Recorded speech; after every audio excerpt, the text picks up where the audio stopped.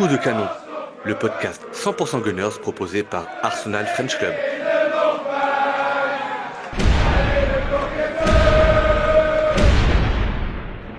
Et non, vous ne rêvez pas. Et oui, vous êtes bien sur le podcast Arsenal French Club. Nouvelle année, nouvelle résolution. Et ben, on se dote d'un titre de podcast, d'un nom de podcast, Coup de canon. Vous l'avez entendu.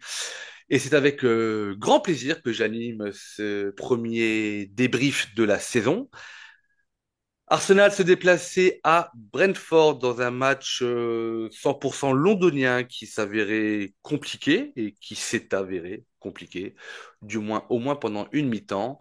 Avant de vous présenter mes experts du jour, bien entendu, au nom de toute l'asso, on vous souhaite à toutes et à tous une excellente année 2025 avec plein de bonnes choses personnellement et on l'espère plein de titres pour nos Gunners.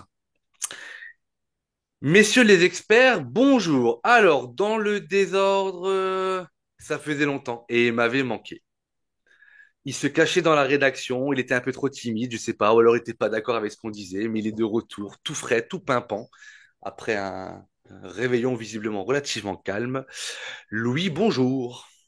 Salut Raoul, salut à tous, bonne année également à tout le monde. Et effectivement, je suis de retour pour vous jouer un mauvais tour. Ouais, on verra. Et j'ai deux experts de la team podcast avec moi ce soir et avec nous ce soir. Nico, le plus grand fan du maillot Third et le plus grand fan de... Oh, putain, t'aimes Raya et le maillot Third. Donc voilà, je sais pas pourquoi on t'a recruté, mais bienvenue Nico, meilleurs vœux.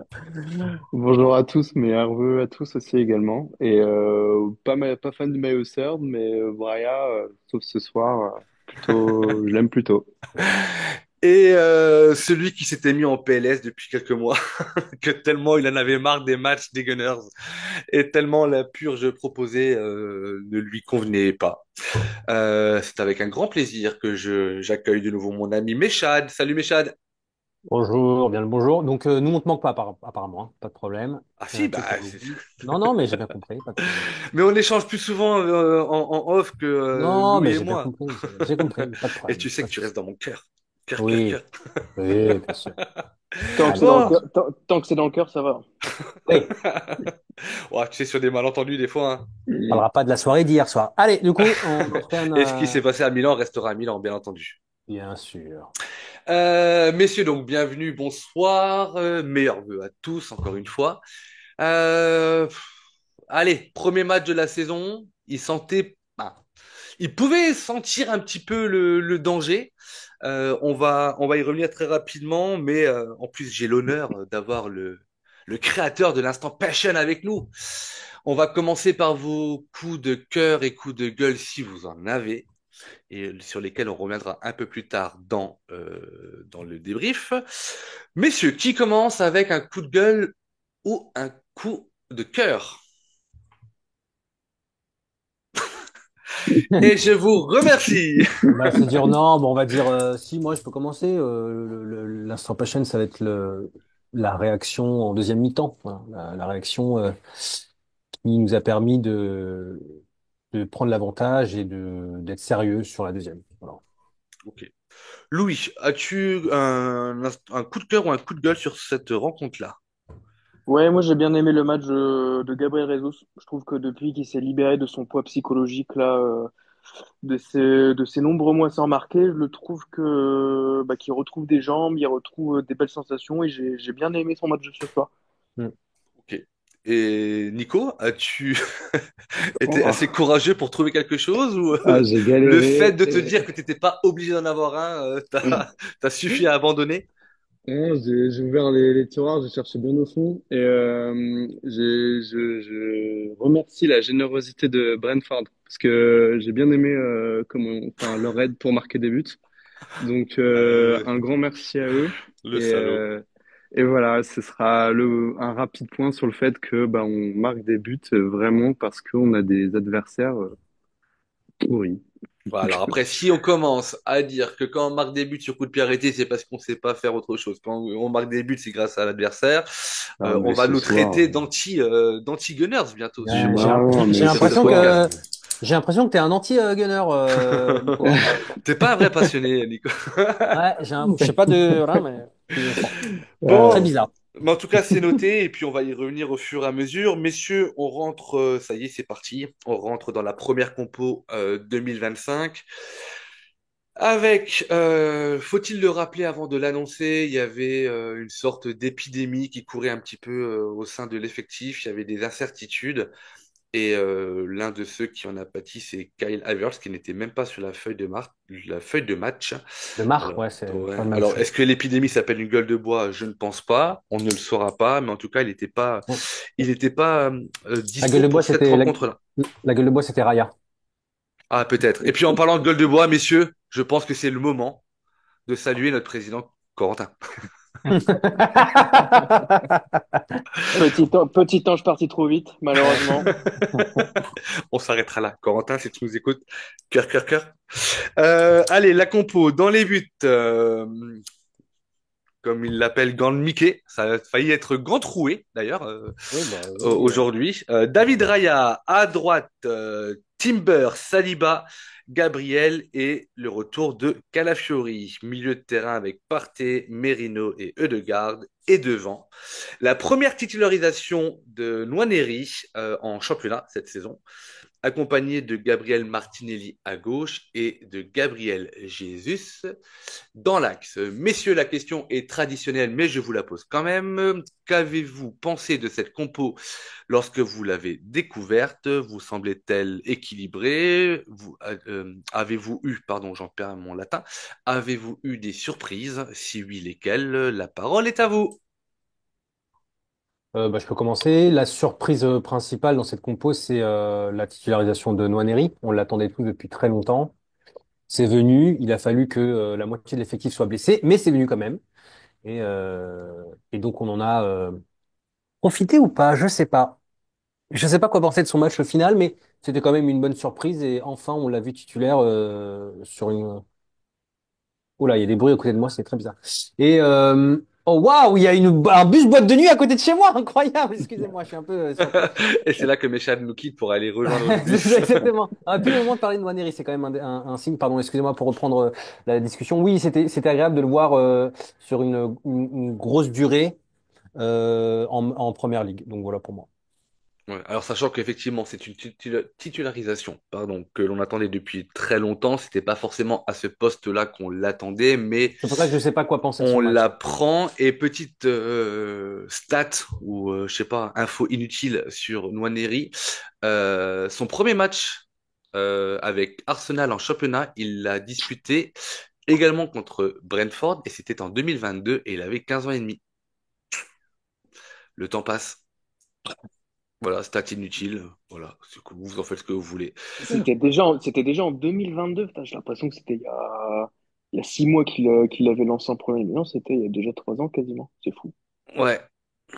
Et ouais, mon petit Louis, le temps passe. Hein, tu le Ah sais, ouais, hein, là, la trentaine se rapproche, hein. on se fait vieux. Mister Paddle. Ah Allez, oui. on enchaîne. Nico ou Louis? Ouais, vas-y. Bah, du coup, je vais enchaîner. Vas-y. Je suis plutôt d'accord avec Meshat sur la compo qui était surprenante. De par la titularisation forcément de Nwaneri à droite, qui n'est pas forcément son poste, même si Arteta avait dit en conférence de presse que Nwaneri pouvait jouer au milieu, enfin axe droit, axe gauche, ailier gauche, ailier droit, il avait même dit attaquant de pointe. Même stopper, je Euh, pense. ouais, Gardien, arbitre, ouais, supporter, vraiment, il va il vraiment a tout dit faire. qu'il pouvait à peu près tout faire. Alors oui, c'est cool de voir Nwaneri, etc. Mais est-ce que si Havertz n'avait pas été malade, est-ce qu'on aurait vu quand même vu Nwaneri titulaire? Mais Non. non. Je ne sais pas. Donc je sais pas si c'est une titularisation parce que Arteta avait envie de le mettre à droite ou est-ce que c'est une titularisation par défaut? Et ça, on verra dans les semaines à venir si C'est faux. effectivement, si Arteta lui fait vraiment confiance, même si j'ai déjà un peu mon idée par rapport à ce qu'on a vu sur le temps de la blessure d'Odegaard. Mais bon, on verra. Après, oui, effectivement, bon, il fait un bon match. Il fait un match comme quelqu'un qui vit sa première titularisation à 17 ans sur un poste qui n'est pas le sien, etc. Mais je trouve que quand même, dans les prises de balles et l'intensité, la vitesse qu'il met sur 5-6 mètres, là, quand il démarre, la puissance qu'il dégage, elle est assez folle et on voit bien qu'il n'est pas fâché avec le ballon. Donc ça, c'est plutôt cool. Mais sinon, après, bon, bah, la composition, la petite surprise quand même de revoir Calafiori aussi à gauche, même si la titularisation sur le coup ne m'a pas choqué parce qu'il faut aussi un peu mettre de rotation. C'est un des seuls postes arrière gauche où on peut mettre en place une vraie rotation, sachant qu'on joue encore dans 3 jours contre Brighton. Donc bon, sur le coup, ça m'a pas choqué, mais bon voilà, un peu surprenante avec les blessés, les malades en plus qui sont accumulés. Je pense qu'Arteta fait le maximum avec des forces en présence qu'il avait. Ok, je laisse Nico terminer, mais je vais forcément déjà rebondir sur. Je vais déjà t'attaquer, Louis.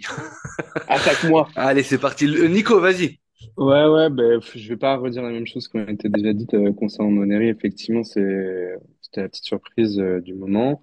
Après, comme Louis, attentif, on va dire, au retour de Calafiori dans le 11 de départ et également à la titularisation de Merino. Je pense qu'on aura l'occasion d'en reparler Oh, légèrement. euh, légèrement. Et ouais, donc c'était ces points-là qui étaient à voir. Après, il y avait aussi le fait de voir Martinelli de retour sur un côté gauche après quoi Hmm. un match ou deux où il avait joué à droite et ça nous offrait la possibilité de refaire une comparaison sur son positionnement.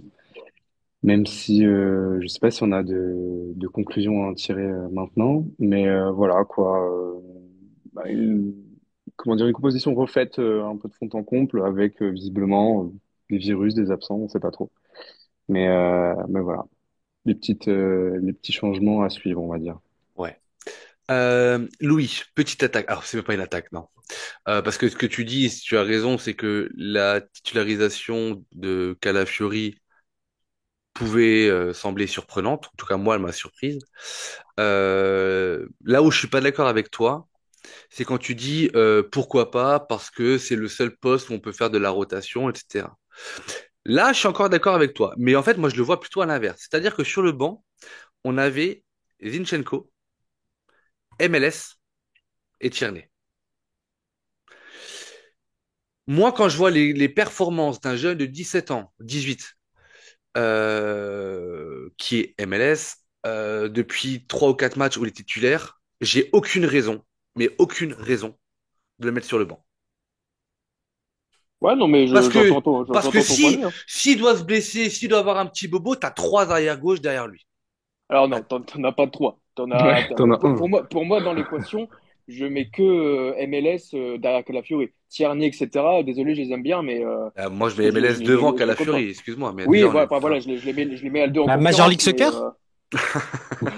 Ah, excusez-moi. Moi aussi, j'ai passé une soirée difficile. non, mais tu vois ce que je veux dire, c'est que ouais, ouais, carrément. quand tu disais que tu étais surpris ou qu'on pouvait se poser la question, est-ce que la titularisation de Nwaneri était liée à l'absence d'Averse ou est-ce que c'était une titularisation genre un petit peu récompense? Pour moi, la réponse, elle est toute trouvée puisque en fait, on a eu une mise sur le banc récompense, c'est-à-dire que tu fais 3 excellents matchs où tu es dans le top 2 de tes joueurs d'Arsenal, et ben tu te retrouves sur le banc pour faire revenir Calafiori, qui malheureusement va être acteur principal sur le premier but que l'on prend. Encore une fois, c'est toujours pareil, c'est le message que l'on passe. Si Calafiori, qui revient de blessure, tu dois lui donner du temps de jeu, fais commencer MLS, quitte à sortir à la 70e ou 75e, comme il le fait avec les autres, et fais rentrer Calafiori pour un petit dernier quart d'heure, et tu lui redonnes du temps de jeu comme ça. Voilà, moi, j'ai pas vraiment compris. Et Mais ça, on... en fait, je pense pas que c'était une question de niveau, enfin, une question de niveau nécessairement à dire Calafiori est plus fort que Meles. Je pense qu'Arteta avait peur de la verticalité des transitions offensives de Brentford et il a voulu un peu bétonner en mettant Calafiori. Bon, malheureusement, le pari n'a pas fonctionné, mais je pense que si le match avait été à l'Emirates, je pense qu'il aurait mis MLS. MLS, Ouais, Il a je pas peur pense. de quoi, Arteta? À chaque match, il a peur de quelque chose, c'est quand même incroyable. il a Ah, peur bah après, il avait peur des abeilles, des bees. Ah non, mais ouais, c'est ça. Il s'est fait piquer en première mi-temps d'ailleurs. Fou d'avoir peur de Pour le Brentford, quand coup, même. le but de Brentford lui donne un peu raison parce qu'on s'est totalement troué par une transition offensive et Calafiori se fait trouer aussi, Il s'est mais fait ça, trouer, on en ouais. reparlera juste après. Mais défensivement, enfin bref, moi même défensivement, sur le peu de temps que MLS a eu, les 20 minutes qu'il a eu, j'ai trouvé que défensivement, pour sa taille, si tu le compares à Calafiori et par rapport au peu d'expérience qu'il a, défensivement, Ouais, il a été il est monstrueux. très très Le mec, fort. Il a des appuis. il sort le cul, il protège sa Ouais. balle, je pense il doit avoir sur les 20 minutes qu'il a joué, je pense qu'il a 100% d'interception. Bon, ou de Pour moi, duel quel. le plus gros gap, il est technique, hein. Entre Calafiori et Lewis Kelly. Lewis Kelly, c'est prise de balle, la façon dont il oriente le jeu. Hmm, Calafiori, quand le ballon est dans ses pieds, des fois, j'arrête de respirer parce que tu te dis, bon, t'as envie de dire, allez, envoie une chandelle devant parce que tu me fais un peu peur quand même. c'est clair. Non, mais tu as raison. Bon, on va rentrer dans le vif du sujet de cette première période, messieurs. Alors du coup, j'ai annoncé coup de canon, donc j'ai pas fait mon introduction habituelle, juste pour situer les enjeux de ce match-là, même si l'enjeu principal et qui sera le même d'ailleurs jusque fin mai, ce sera les 3 points de la victoire. On était troisième au début de ce match-là, avec un match en moins, un point derrière Nottingham Forest. On se déplaçait à Brentford, autre club londonien, qui est 12e au classement et qui a un bilan global très mitigé. C'est 7 victoires, 3 nuls, 8 défaites. Mais par contre, quand on se focalise un petit peu sur les prestations de Brentford à la maison, c'était assez impressionnant, je trouve, puisque là, on est quand même sur à domicile, on va dire une demi-saison. C'était 7 victoires, 3 nuls et une seule défaite. Et du coup, on savait déjà que les déplacements cette saison à Brentford ne sont pas, c'est pas une cure quoi. Hein, tu vas pas à la piscine quoi. Donc, on savait que c'était être un déplacement qui était très compliqué et ça l'a été. Et pourtant, on a eu, messieurs, si on doit parler de cette première mi-temps, on a eu une entame de match très positive avec une possession de balle. En fait, jusqu'à la perte de balle de Degarde, on domine totalement d'un point de vue possession de balle, mais aussi d'un point de vue, j'allais dire possession sur le terrain, mais c'est pas le mot que je cherche. Positionnement sur le terrain, puisque en gros, les 10 joueurs étaient dans la partie de Brentford. Il y avait vraiment que Raya qui était dans notre partie de terrain.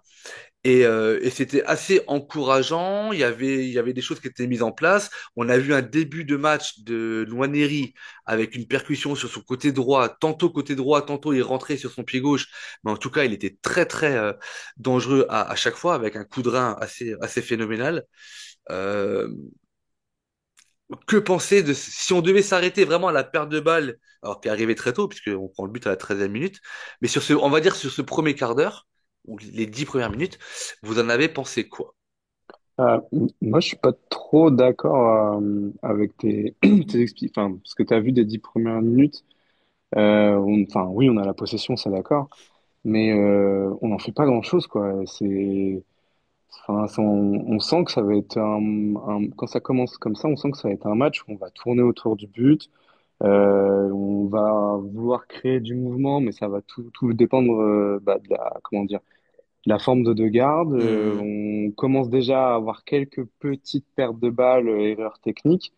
Je trouve que ces premières 10 12 minutes jusqu'au but de Brentford, elles sont pas hyper encourageantes. Elles sont stériles, Nico, mais tu peux Ouais, pas dire qu'elles sont pas encourageantes dans le sens où on bah, leur laisse très peu le ballon et c'est comme si t'étais en train de mettre en place comme une partie d'échecs tes pions, etc. Après, on sait très bien que contre des blocs bas, de toute façon, la seule chose que l'on sait faire, c'est c'est d'avoir ça. la possession, de faire tourner le ballon sans être très dangereux. Je suis d'accord avec toi et j'ai pas dit le contraire. Mais ce que je veux dire, c'est que du coup, on avait quand même cette volonté, puisqu'on était quand même, encore une fois, je le répète, mais je pense que Saliba et Gabriel, ils étaient Ah oui, oui, dans c'était au 45 mètres, mais bah voilà, tu vois, donc du coup on avait cette volonté d'aller peut-être pas les presser mais de jouer très haut et on avait la possession de balle. Je veux dire, ça aurait pu être un début de match encore plus chaotique. ouais, mais tu vois, il y a quelques opportunités, je crois, hein, sur ces 10 premières minutes là où il y a la possibilité de frapper et on la prend jamais. Ah bah Je parle pas de frappe à 25 mètres forcément, hein. mhm. Je crois que t'as un moment donné où Martinelli ou Jesus peut enchaîner et ils le font pas. Et en soi, on essaie de trouver un peu l'angle presque trop parfait. Et ça, c'est un truc qui commence à me saouler un peu. Parce qu'au bout d'un moment, quand on est face à des blocs bas, ben, bah, la suite du match va faire en sorte qu'on va provoquer des erreurs. Si je suis plus gentil avec mon moment passion que tout à l'heure, mais on va provoquer des erreurs qui vont nous amener des buts et ces erreurs elles sont provoquées par des prises de risque. Et sur les 10 premières minutes, c'est quelque chose, je me dis, ben allez, c'est parti, On chauffe nos chaussons, puis on se regarde le match, puis on va tranquillement s'endormir un 1er janvier devant. Puis il va rien se Ah, passer. mais c'est vrai, parce que, ouais, Et, non, t'as et, raison. Parce que la et seule, la c'est ça seule qui vraie t'amuse. prise de risque que l'on a, c'est la frappe de Degarde qui s'envole dans les tribunes, quoi. Exactement. Donc ouais, 10 premières minutes, j'étais pas très confiant. Ok, Méchad et Louis, vous en avez pensé quoi? Vas-y, Louis. Moi, j'en ai pensé que c'est exactement le même début match qu'on fait que contre Fulham, où on a le ballon, où effectivement on fait tourner, où on essaie de se rapprocher, où on perd un ballon, on donne une occasion à l'adversaire, il tire une fois, on se prend un but. C'est Hmm. exactement le même schéma, et ça c'est problématique parce que c'est vraiment se donner le bâton pour se faire battre un peu, parce que bah, comme Nico le dit, effectivement, tu as le ballon, mais bon, tu as du mal quand même à te rapprocher du but, t'as pas nécessairement beaucoup d'opportunités. Et effectivement, pour revenir dans le sens de Nico, alors j'avais vu un peu sur FBref les stats, etc. On est l'équipe en première ligue qui tire le plus proche du but. Je crois qu'en moyenne, on tire à 14 mètres du but. Donc tu vois, Ah limite, ouais, on a quand même. envie de rentrer dans le but avec le ballon, quoi. Et Ça, c'est mais l'héritage de le tonton Arsène, hein. ouais, c'est ça, c'est un peu la problématique. Mais effectivement, contre les blocs bas, on a du mal à trouver la clé. On a toujours du mal à Mhm. trouver la clé. Je pense qu'on aura toujours du mal à trouver la clé. Mais effectivement, le début de match, bah, Brentford recule beaucoup avec deux lignes très resserrées. Et on a un peu de mal. Alors, on sent qu'il y a de la maîtrise, etc., de notre côté technique, etc. Mais on a du mal à planter quand on devrait planter, quand on a la supériorité qu'on a eue dans les 10 premières minutes. Et derrière, on se fait punir, bêtement, comme contre Fulham. Ouais. Mais après, on dit souvent que, bon, on va y venir au but, mais on dit souvent que sur ce genre de match-là, contre des blocs bas où on trouve pas contre des blocs bas où on ne trouve pas la solution, on dit souvent que la meilleure chose qui puisse nous arriver dans ce genre de match, c'est de prendre un but et d'attendre la réaction des Gunners. Et finalement, c'est un peu le scénario que l'on a eu, mais ça aurait pu être, d'après moi, bien plus catastrophique. Mais Chad, est-ce que tu as quelque chose à rajouter avant que l'on parle du but? Oui, bah toujours la même chose. Le principal problème, c'est que on joue un football d'attardé, quoi. Enfin, pas, enfin retardé. Enfin, comment dire? Pas d'attardé. Excusez-moi, je me trompe dans mes mots.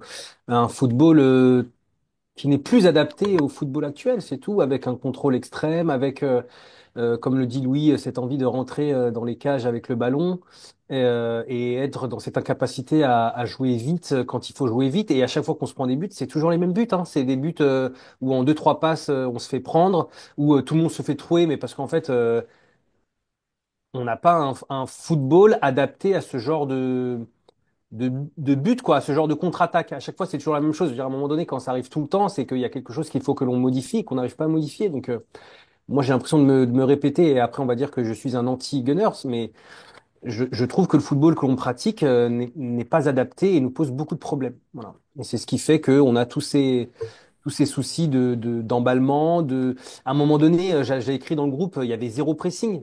C'est Odegaard qui demandait à tous les joueurs de presser parce qu'il n'y avait aucune intensité qui était mise sur le porteur du ballon.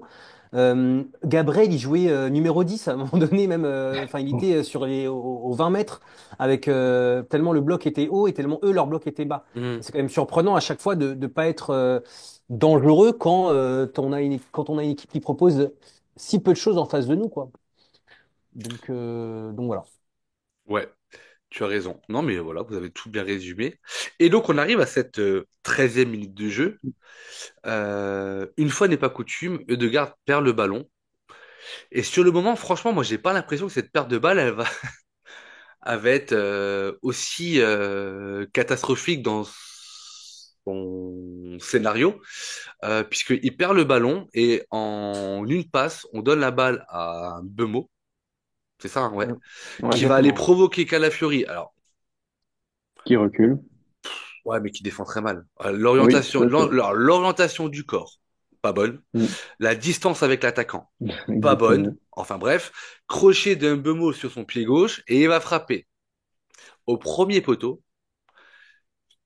Et là, messieurs, alors encore une fois, je vais juste vous demander, vous, de vous positionner là-dessus parce que je veux pas être le hater et l'anti-Raya, etc. Mais sur ce but-là, messieurs, quand on joue à Arsenal et quand on nous annonce la plupart du temps que Raya, si ce n'est pas un top 3, c'est un top 5 mondial, c'est quand même le deuxième but que l'on prend au premier poteau en très peu de matchs.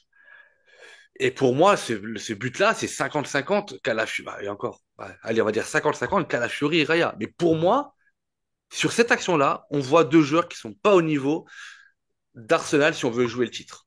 Et là, je vais m'arrêter là et je vais vous laisser la parole. Et si vous n'êtes pas d'accord avec moi, messieurs, n'hésitez surtout pas à me contredire parce que j'en ai peut-être besoin. Mais moi, ça m'a rendu fou. Et heureusement que je n'avais rien en main parce que je pense que ma télé, elle y passait, quoi. Moi, Raya, je l'ai dit tout au long de la saison dernière, ce qui m'a valu de grandes critiques aussi. Que dire sur Raya? Le prochain qui me dit dans les commentaires ou qui ose me dire que Raya est un bon gardien, en fait, parlez pas avec moi. Voilà, c'est pas la peine. Il n'y a pas de débat à avoir sur ce gardien. Il a clairement pas le niveau pour être à Arsenal. Non, mais c'est vrai. À un moment donné, faut arrêter de. On parle de quel Arsenal parle-t-on? Moi, je parle du Arsenal qui vise à être champion. Si ce gardien, il est titulaire indiscutable chez nous, est-ce qu'il le serait dans un autre top club? Je pense pas, et je vois pas pourquoi. Du coup, il le serait chez nous. Donc, j'ai rien à dire. On l'a pris pour sa qualité au pied. Je vois pas en quoi est-ce qu'il c'est un excellent gardien au pied. Franchement, j'ai du mal à comprendre le truc. Bon, si en plus maintenant il commence à faire des erreurs de main alors qu'il a des gants de géant, ça commence à être difficile. Et Calafiori, moi je mets plus ça sur le coup du. Enfin, tu sais, il revient il y a pas longtemps, il faut qu'il Alors, il faut reprenne pas le le mettre. rythme. Alors, faut pas Alors, le il faut pas mettre. le mettre, c'est vrai, je suis d'accord. Mais je veux bien lui accorder ça dans l'explication du but, quoi. Tu vois, c'est un peu comme Gabriel Jesus quand on l'avait assassiné sur le match de Ligue des Champions contre Monaco, quand il avait arrêté ses deux occasions et qu'on avait Hmm. expliqué que c'était aussi parce qu'il revenait de blessure et que ça pouvait justifier. Et tu vois, aujourd'hui, il est quand même bien plus performant que Bien il y a sûr. quelques semaines. Voilà, je peux lui accorder le bénéfice du doute par rapport à cela. Raya, je pense que le doute, il en a bénéficié et que ça commence enfin, ça se voyait déjà et que j'ai plus envie de pardonner quoi que ce soit en fait à ce gardien. Voilà pour ma part. Ok. Est-ce qu'il y en a qui veulent peut-être remonter l'estime de Raya, messieurs? Louis, Nico? Ou Ah, celle de Calafiori, hein? moi, je pense que Raya, c'est un de nos meilleurs joueurs depuis le début de saison. Voilà, je le dis. Ah bah, Ouais, c'est un top gardien hein, de toute façon. On est je d'accord. vais, je vais rejoindre Louis et faut noter que si c'est Garia notre meilleur gardien depuis le début de la saison, on sait très bien que du coup ce n'est pas une bonne saison. Non pas parce que Raya, mais parce que si ton gardien est ton meilleur joueur, c'est jamais bon signe. Au-delà de ça, je vais pas relancer un débat Raya, mais sur ce match-là, sur ce but-là même, il est pas bon. Et En on fait, les gars, voit que pardon les gars, c'est toujours la même question parce que Raya, effectivement, on peut dire qu'il fait un bon début de saison, mais est-ce que si c'est un autre gardien, il fait la même saison que Raya? En fait, c'est ça qu'il faut se là, je pense poser pas, comme hein. question. Bah, en quoi est-ce que Raya diffère d'un autre gardien? Mais après, Vraiment, moi, je capte pas la plus-value de ce gardien. J'ai l'impression que tu peux mettre n'importe qui d'autre, ce sera la même chose en fait. T'as le penalty non, de parce que Franchement, hein. l'Atalanta. non, quand tu décorrèles ce match d'aujourd'hui, il a fait quelques sauvetages assez forts sur cette saison-là. Il fait un double arrêt sur penalty à l'Atalanta, il arrête un autre péno, je crois. Il y a une parade réflexe un peu comme ce qu'il a fait là sur son erreur qui a fait un 2-0 d'ailleurs ce soir. On va y Il y venir, a ouais. eu, Et ça, tu il a penses que c'est que Raya qui peut le faire? Il n'y a pas un autre gardien qui est capable de le faire? Si, si, bien sûr, mais moi je suis pas en train de dire que Graia c'est le meilleur gardien du monde. Pas du tout, hein. Top 2, top 3, top 5, j'en suis même pas là. C'est pas ma réflexion. C'est juste que, bien sûr qu'il est transposable avec tout un tas d'autres gardiens, et c'est le cas pour plein d'autres gardiens. Moi aujourd'hui en première ligue, je trouve qu'il n'y a pas une équipe qui vise les sommets, qui a un gardien exceptionnel. Mais au-delà de ça, non, moi je pense il fait une bonne saison. Il est en train comment dire, augmenter en performance par rapport à l'année dernière. Après, il faudra le faire le compte évidemment à la fin de l'année. On ne peut pas savoir ce qui va se passer. Ça se trouve sur les 10 matchs qui viennent, il se trouve et c'est horrible.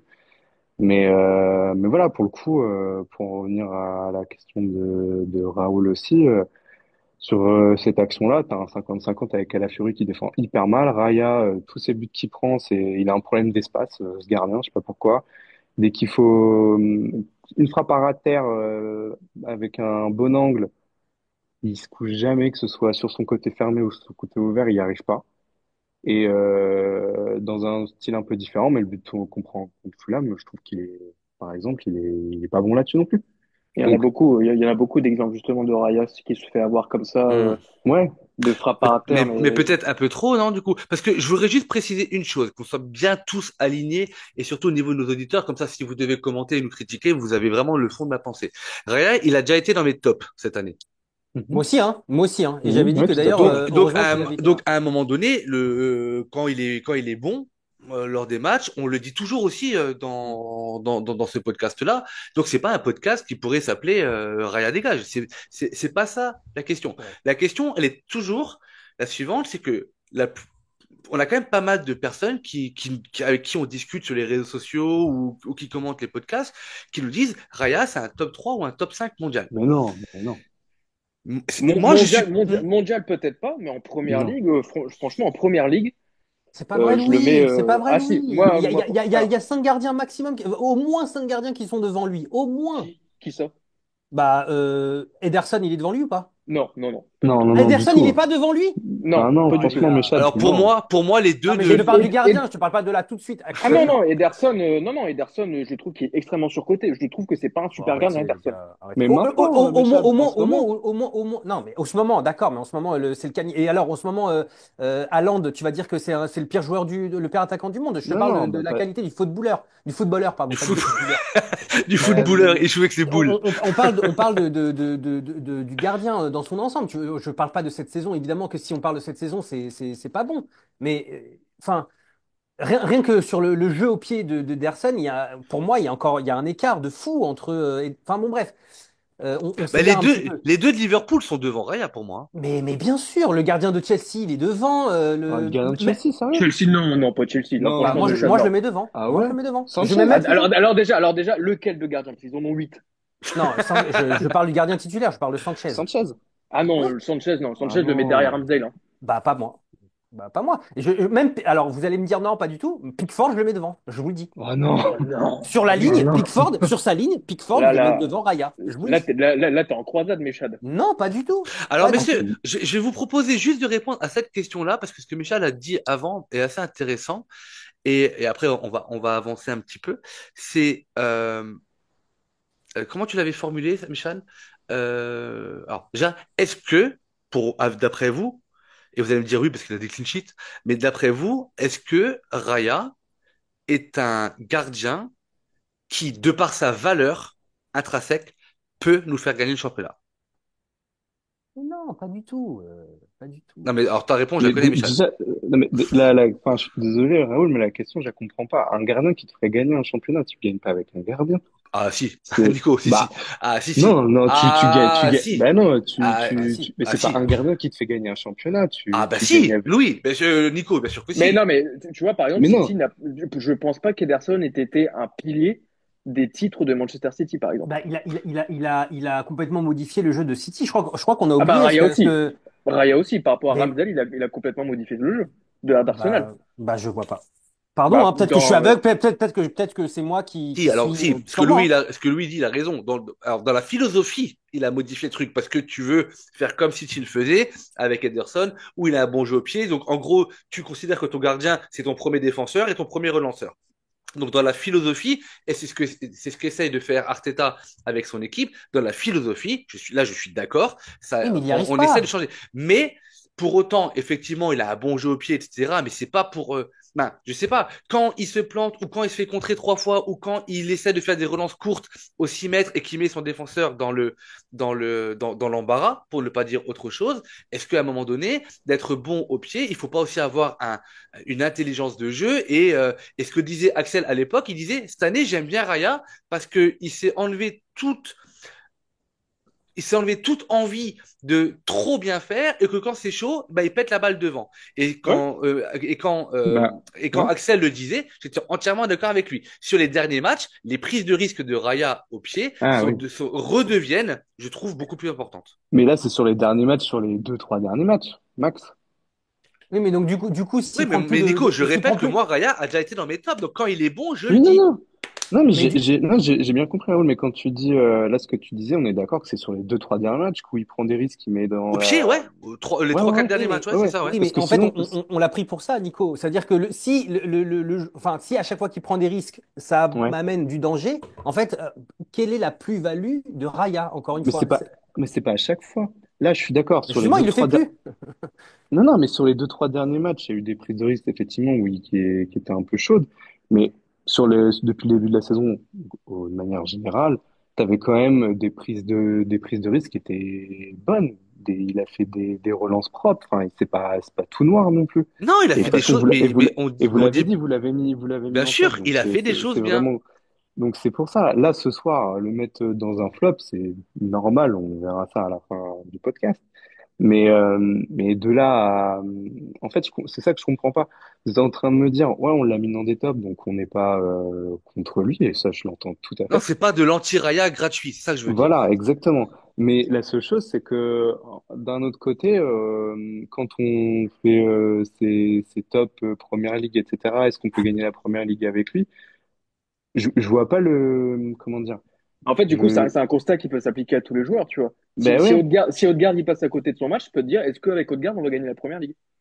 Parce que le but, c'est pas de faire encore une fois un podcast spécial Raya, c'est juste de dire que à un moment donné, ce genre de prestation-là, d'une part, pour moi, et encore une fois, je ne suis pas un anti, je suis vraiment, et encore une fois, le fait d'avoir des débats comme ça montre deux choses, c'est qu'on est passionné, déjà, d'Arsenal, en l'occurrence, et que Et l'on de peut Raya. avoir, pardon? Et des quoi? Et de Raya. Et de Raya, du coup. Ouais, mais la passion, elle n'est pas forcément toujours positive. Mais voilà, donc ça amène ce genre de débat-là. Mais ce genre de prestation, pardon, messieurs, si je devais le résumer, c'est juste que pour moi, ce n'est pas à la hauteur d'un gardien de but d'une équipe qui joue le titre de PL. Oui. Je parle et encore une fois, je répète, il était dans mes tops, donc je parle de cette prestation-là, et on pourrait ajouter les dernières de ouais, fin ouais. d'année où il n'a pas été exceptionnel. Et il a fait des gros matchs, etc. Ok, quand il fait le double arrêt contre l'Atalanta, ou quand il va chercher des ballons, je sais plus contre qui, je crois que c'est contre Monaco, il va chercher deux, trois ballons sur son côté gauche. Alors, contre Euh, Monaco, il a rien fait. C'est pas contre Monaco. alors c'est pas contre Monaco, excuse-moi, mais en tout cas, il y a eu Je sais plus, mais oui, il y a un match où il fait un deux gros match arrêts sur aussi, mais son côté gauche à ras du poteau, on le signale, et ça, c'est le genre de gardien qu'on a envie d'avoir pour Ouais, aller mais loin dans les quand, compétitions. Le quand, problème, quand c'est... on est, quand on est à remarquer les matchs, un, deux, trois matchs qu'il a fait pour justifier le fait que ce soit un bon gardien, déjà, ça pose problème. Moi, en fait, juste ce que je veux dire pour synthétiser le truc, je pense, Raoul, c'est que, encore une fois, moi, ma critique principale, c'est que euh, je pense sincèrement que on peut mettre un autre gardien à sa place et qu'il y aurait eu au moins 90 à 95% des mêmes arrêts et des mêmes actions. Donc ça, c'est mon avis à moi personnel. En fait, tu as dit un mot tout à l'heure et tu me l'as enlevé de la bouche parce que c'est ce que je voulais dire. En fait, la principale critique que j'allais mettre sur Raya, et je pense que c'est son principal défaut, et que s'il améliore ça, là, ça deviendra un top gardien, c'est qu'en fait, il n'a pas du QI football. En fait, il a pas d'intelligence de jeu, ce gardien. Et c'est ce qui fait que son placement est très mauvais. C'est ce qui fait que des fois, il va prendre des risques qui ne sont pas à prendre parce que soit il considère qu'il est encore dans son ancien club et qu'il peut se permettre ce genre de choses-là, soit il n'a pas compris qu'il était à Arsenal, soit, je sais pas. En tous les cas, moi, je pense vraiment, et d'ailleurs, si on remarque aussi les bourdes qu'il a fait l'année dernière, c'est aussi des bourdes qui sont bêtes, en fait, et qui sont vraiment je pense, lié à un manque d'intelligence foot ou un manque de lucidité. À un moment donné, peut-être qu'il considère qu'il y a une prise de risque à prendre alors qu'elle n'est pas à prendre ou alors qu'il n'a pas le talent pour prendre ce risque. Tu vois ce que je veux dire? Ah Euh, ouais. et je pense que c'est ça son principal défaut. Et que dès lors, et c'est pour ça qu'on le soulignait en début de saison, on disait que, il prenait moins de risques et que donc du coup, là c'était OK et que et peut-être qu'il comprenait certaines choses. Et en fait, dès qu'il retombe dans ses travers, ça devient un gardien qui est médiocre parce qu'il met en difficulté son équipe. Voilà, c'est Et avant de crier au scandale, allez voir, pour ceux qui ont un doute, la définition du terme médiocre dans un dictionnaire. C'est pas le truc le pire qu'on puisse dire de quelqu'un, quoi. Mais oui, je suis d'accord. Moi, je suis relativement d'accord avec toi. Et c'est pour ça que je dis toujours, et que Raya, je pense que moi, dès qu'il y aura un débat Raya, j'aurais, mais à vie les mêmes arguments, que les stats du nombre de clean sheets, etc. C'est là où je vais te rejoindre, Méchad, c'est que sur certains matchs, des clean sheets, tu mets David Seaman à 60 ans, il fait le clean sheet. Voilà. Combien de clean sheets on a fait grâce à Raya? C'est là où où j'aimerais juste qu'on pondère les stats quand on les prend de façon très, Mais très en brute. fait, le Voilà. truc, si on avait voulu collectionner les clean sheets, on aurait gardé Ramsdale. Mais le problème, c'est que, pour rejoindre un peu ce que disait Mechad, c'est que effectivement, il y a des prises de risque dans son jeu.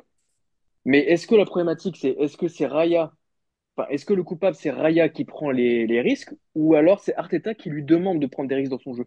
Alors sur les Parce deux que c'est pour années, ça. alors sur les deux exemples où il rejoue petit, court dans les pieds de son défenseur qui est dans les 6 mètres et qui est pressé par un attaquant, une fois sur Partey où tu as l'attaquant qui tacle le ballon et heureusement la balle passe à côté, et une fois il joue sur Lewis Kelly, pareil dans ses 6 mètres, qui met en difficulté et heureusement techniquement on a des joueurs qui sont capables de s'en sortir, c'est pas Arteta qui va lui demander ça. C'est un choix qu'il prend sur le moment.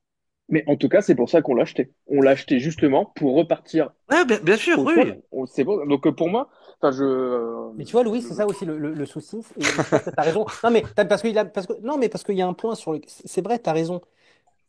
On a pris Raya pour une raison. Donc son jeu au pied, son jeu long, son jeu court, etc. Mais je trouve aussi qu'on n'a pas le jeu pour mettre en avant ces qualités-là de Raya. Parce non, qu'on n'a alors aucun. c'est vrai, ça c'est vrai. Pas, tu vois, on n'a aucun joueur qui prend la profondeur, ou très peu, et qu'en fait, ça limite les possibilités de Raya de faire des relances de premier défenseur, et que donc, du coup, à partir du moment où t'as pas ce jeu qui est mis en place pour ça, et ben en fait, ne le fais pas, tu vois? On avait ça, c'était en seconde partie de saison dernière, Oui, où à chaque corner adverse, quand Raya récupère le ballon, il y a Mhm. Martinelli qui Il partait traçait, directement il vers le courait côté. très exactement, Ouais. vite et voilà, je suis d'accord. exactement, Et là-dessus, exactement. Raya était envoyé très régulièrement des très belles galettes justement à Martinelli. Mais c'est vrai que le risque quand tu joues avec quatre défenseurs centraux de temps en temps avec White, Calafiori, Gabriel Saliba. Mhm. Saliba et Gabriel, c'est que techniquement, effectivement, pour les sorties de balles, des fois, c'est pas toujours l'idéal. Même si bon, on est quand même la meilleure défense de première ligue, donc globalement, ça se passe bien. Mais Oui, bien bon, sûr. après, après, on va pas, ça va pas devenir non, enfin, ça peut pas devenir un podcast Non. sur Raya. Mais alors, sur le but, oui, il est responsable. Mais de là à remettre en cause on va dire le projet Raya dans les buts, pour moi, c'est aller un poil trop loin. Ok. Mais c'est mon avis. Ouais, mais après, les deux avis s'entendent. Voilà, Il joue très mal sur le but. Mais pour moi, c'est pas, ce but-là n'est pas révélateur de ce qu'il a fait pour le moment à Arsenal. mais on n'est pas sur un but isolé au premier poteau, Louis. Non, c'est Ouais. sûr, mais je pense que c'est un risque qui est pleinement assumé, que c'est un gardien qui n'est pas très bon sur sa ligne, mais Mhm. qui est très bon dans tous les autres domaines du jeu. Et je pense que ça a été assumé par Arteta d'aller chercher un gardien de ce profil et d'envoyer Ramsdale à Southampton. Descendre avec Southampton, ouais. Oui, c'est certainement ça. Bon, on a peu parlé de Calafiori sur ce but-là. On est tous d'accord pour dire qu'il défend mal. On va essayer d'avancer un petit peu sur les, les points forts de les points marquants de cette première mi-temps. Il y en a un qui pouvait passer inaperçu, mais je pense que en tant qu'expert d'Arsenal, vous l'aurez remarqué à la 17e minute, le carton jaune de Timber qui le prive du match contre Brighton. Mm. Euh, c'est pas Ouais, forcément une très très bonne nouvelle parce que du coup, est-ce que ça veut dire partez arrière droit? oui. Bah ouais, ça Euh, doit être ça, hein. voilà. Non mais on en est là, hein. On en Ouais, ouais. redevient là. On en pense C'est quoi, on en pense quoi de Timber depuis le début de saison? Bah, moi, je trouve que quand il est côté droit, quand il était associé avec Saka et Ødegaard, moi, je le trouve très intéressant. Je le trouve toujours en Ouais. dessous de White, mais pour moi, c'est le numéro 2 à droite. Et si Attends, j'ai pas compris. Tu le trouves au-dessus ou en dessous de au-dessus, White? il est en dessous de White. Je trouve White Ah ouais? au-dessus de Timber. Ouais, ouais, Ah bah oui, Ok. largement. ouais. Moi, Après, je trouve offensivement, il est plus intéressant que White. Pour Saka, qui est régulièrement pris en deux contre un par notamment soit l'ailier, enfin l'ailier plus le défenseur, je mhm. trouve que Timber, offensivement, apporte plus de solutions à Saka que White. Après, c'est toujours pareil, hein. Tu peux poser la question à 100 Gunners. À mon avis, ce sera pas du 50-50, mais ça va pas être du 100 à 0. Ça dépend de ce que tu recherches, de ce que Oui, tu oui, regardes chez voilà. un joueur, etc. Mais je Mais le trouve. Mais en tout dans cas, tous les cas, Timber ça à va. droite, oui. Timber à gauche, non. Ça, c'est par contre, ça, c'est, tu Oui, vois, carrément, Ouais. tout à fait. Ouais. ça, c'est la position de tout le monde. Mais du Mais il coup, est pas assez maintenant, malin, Timber aussi, par rapport à White. White, il a ce côté à être assez un peu malin. vicieux, ouais. Ouais, et Timber, pour le moment, il est trop bourrin. Tout ce qui, les cartons jaunes qu'il prend, honnêtement, à chaque fois, c'est mérité. C'est soit une touche, il met trois plombes à jouer, alors que White, il fait quasi pareil, mais c'est toujours à la limite, Il donc il sait le prend pas faire, trop ouais. son jaune. Mm. Là, ce soir, le jaune qu'il prend, Timber, est largement mérité. Ce qui fait, Ouais, on va enfin, dire qu'il moi, lui je trouve manque, il lui manque ouais, encore un peu d'expérience Première c'est Ligue, quoi. ça. On va Moi, je dire ça trouve qu'il comme ça. fait un plutôt bon début de saison, surtout depuis qu'il est à droite. Mais voilà, faut quoi il revienne quand même. Hein. On a besoin de lui très Ouais, mais vite. si White il revient, ça va être Timber à gauche et ça. Ouais, bref, on verra bien. Ouais, Du coup, donc je veux juste souligner que Timber sera donc suspendu dimanche pour le déplacement à Brighton et que moi j'ai quand même une grosse crainte de voir Partey sur le côté droit. Je crois et Mm. d'ailleurs que le match aller Partey l'avait fait côté droit, arrière droit contre Brighton, si je me trompe pas. Je sais pas À du tout. vérifier pour ceux qui veulent, mais il me semble. Les Euh, Lewis Kelly, il est droitier ou gaucher? Gaucher. il est gaucher, je crois. Bah, dans Il est ses prises de gaucher? balles, il a l'air gaucher, ouais. Non, il est gaucher, il est gaucher, il est gaucher. Ok. Donc, ouais, on pourrait pas le mettre à droite et on pourrait même pas Ouais, et mettre garder ouais, Calafiori ou Tierney Calafiori. Ou Zinchenko, hein. Franchement, ou Zinchenko, ouais. On avance. Alors, j'ai pas noté grand-chose entre ce carton jaune et entre ce carton jaune et l'égalisation de Gabriel Jesus. Ah si, si, bah si. Alors du coup, il y a la boulette de Raya, la faute de Mm. main. Voilà. On va pas refaire le débat Raya, mais encore une fois, cette erreur, elle peut arriver à n'importe quel gardien. Les meilleurs l'ont déjà faite, donc voilà. Il a le mérite de sauver le but Taboulette, au dernier moment, ouais, de se rattraper de son erreur. Mais je crois que heureusement pour lui, parce que là, du coup, carrément. ça aurait été, bah, il nous mettait dans la merde. À 2-0, c'est plus le même match non plus, je crois. Et là, à mon avis, il était parti pour vivre un match en enfer. Bah, c'est mon avis. Mais ça commence à faire, voilà, un petit peu beaucoup. Donc, on a la boulette de Raya et la minute qui suit, c'est ça qui est assez paradoxal, pardon, dans le foot. Dans la minute qui suit, on égalise avec un nouveau but de Jesus. Il y a une perte de balle de Mbeumo. Il y a à l'entre, une perte de balle. Ouais, il veut la dégager, il n'y arrive pas. Elle revient dans les pieds de Partey qui frappe sur le côté gauche du gardien, qui la repousse. Et Gabriel Jesus, quand il est dans cette position de numéro 9, il est quand même à l'affût. Et du coup, d'un coup de tête assez rageur, il met la balle au fond défilé, ce qui nous fait l'égalisation des Gunners face à Brentford. Messieurs, sur cette partie-là, est-ce qu'on souligne l'intelligence de la frappe de Partey quand il frappe pas les yeux fermés et comme un bourrin et que ça va pas en tribune, bah, ça peut être dangereux parce que l'enroulé, il est quand même plutôt sympa, je trouve. Qu'est-ce qu'il y a à dire sur ce but et est-ce qu'il y a quelque chose à dire et si oui, bah, dites-moi, je vous écoute. Bah, il y a juste un petit truc. On parlait gardien. Bon, l'arrêt du gardien qui repousse Il la repousse dans l'axe au lieu de de la qui repousser sur le repousse dans côté. Ouais, l'axe, ouais, bien c'est sûr. pas terrible, terrible. C'est pas un cadeau, hein, mais c'est une première petite aide de Brentford pour nous permettre d'égaliser. Après, la Donc, frappe vient. Alors, ouais, il est c'est masqué, pas oui, pour je autant une sais. faute de main d'un gardien, tu vois. C'est pas une Effectivement, faute de son, main. son geste technique de repousser le ballon quand tu commences à être gardien dès quand tu es débutant, je sais plus comment ça s'appelle, U7 maintenant. La Mhm, première chose qu'apprend les entraîneurs des gardiens, c'est quand tu repousses un ballon, tu faut toujours le repousser sur les c'est ça. côtés puisque c'est là où il n'y a pas le danger. Après, je trouve qu'elle vient vite, qu'il est masqué au départ du ballon, qu'il fait un petit peu ce qu'il peut. Mais effectivement, oui, le fait qu'il la relance dans l'axe permet à Jésus de mettre sa tête. Est-ce que pour autant faut-il, et c'est une vraie question, restreindre notre égalisation à une pseudo-faute de main du gardien adverse plutôt qu'à la frappe de Partey ou à la position de Gabriel Jesus? Vous en avez Non, pensé quoi, pas messieurs? forcément, pas forcément. Mais par contre, tu vois que c'est pas une action construite non plus. C'est un Hmm. cafouillage. Ça revient sur Partey qui, effectivement, tu l'as précisé, frappe intelligemment. Euh, et après, il y a le gardien qui repousse comme il peut, Jésus en embuscade, et tant mieux pour nous. Mais c'est pas, il n'y a pas une action construite, préparée ou quoi. C'est quand même un Ouais. bon coup de billard, quoi. Oui, bien sûr. En tout cas, sur le but, tu vois que Gabriel revient bien, Ouais, que physiquement, il a l'air d'être, je ne sais pas s'il est à 100%, mais en tout cas, il Ah, il est commence à fit. retrouver des, Ouais, il il est est fit. fit, carrément. Ouais. il est très agile. Enfin, je sais pas. Là, il y a moyen qu'on retrouve, s'il se pète pas évidemment, le Gabriel qu'on aime, parce que ça va vite. Et il est bien placé. Enfin, Mm. là, pour le coup, c'est intelligent, quoi. Il a un placement qui est très intelligent Ouais, et qui lui Ouais, permet de, complètement d'accord. Ouais. de elle finir. a un renard des surfaces. Exactement. Alors que c'est pas comme ça qu'on imagine Gabriel dans un Mm. premier temps, quoi. Donc non, non, Mais c'est pareil, ce joueur vieillit et peut-être que son jeu, il est là en fait, hein, comme un neuf qui traîne dans la surface pour ouais. mettre sa tête, son pied là où il faut. D'ailleurs, il va être l'un Et, d'ailleurs- des acteurs majeurs sur le deuxième but ou le troisième but, ouais. deuxième, je crois. Et d'ailleurs, je trouve désormais qu'il y a de plus en plus matchs maintenant entre Havertz et lui, quoi. C'est plus si évident que ça, le Havertz 9. S'il continue à jouer à ce niveau-là, ce sera plus aussi À ce évident. niveau-là, ouais.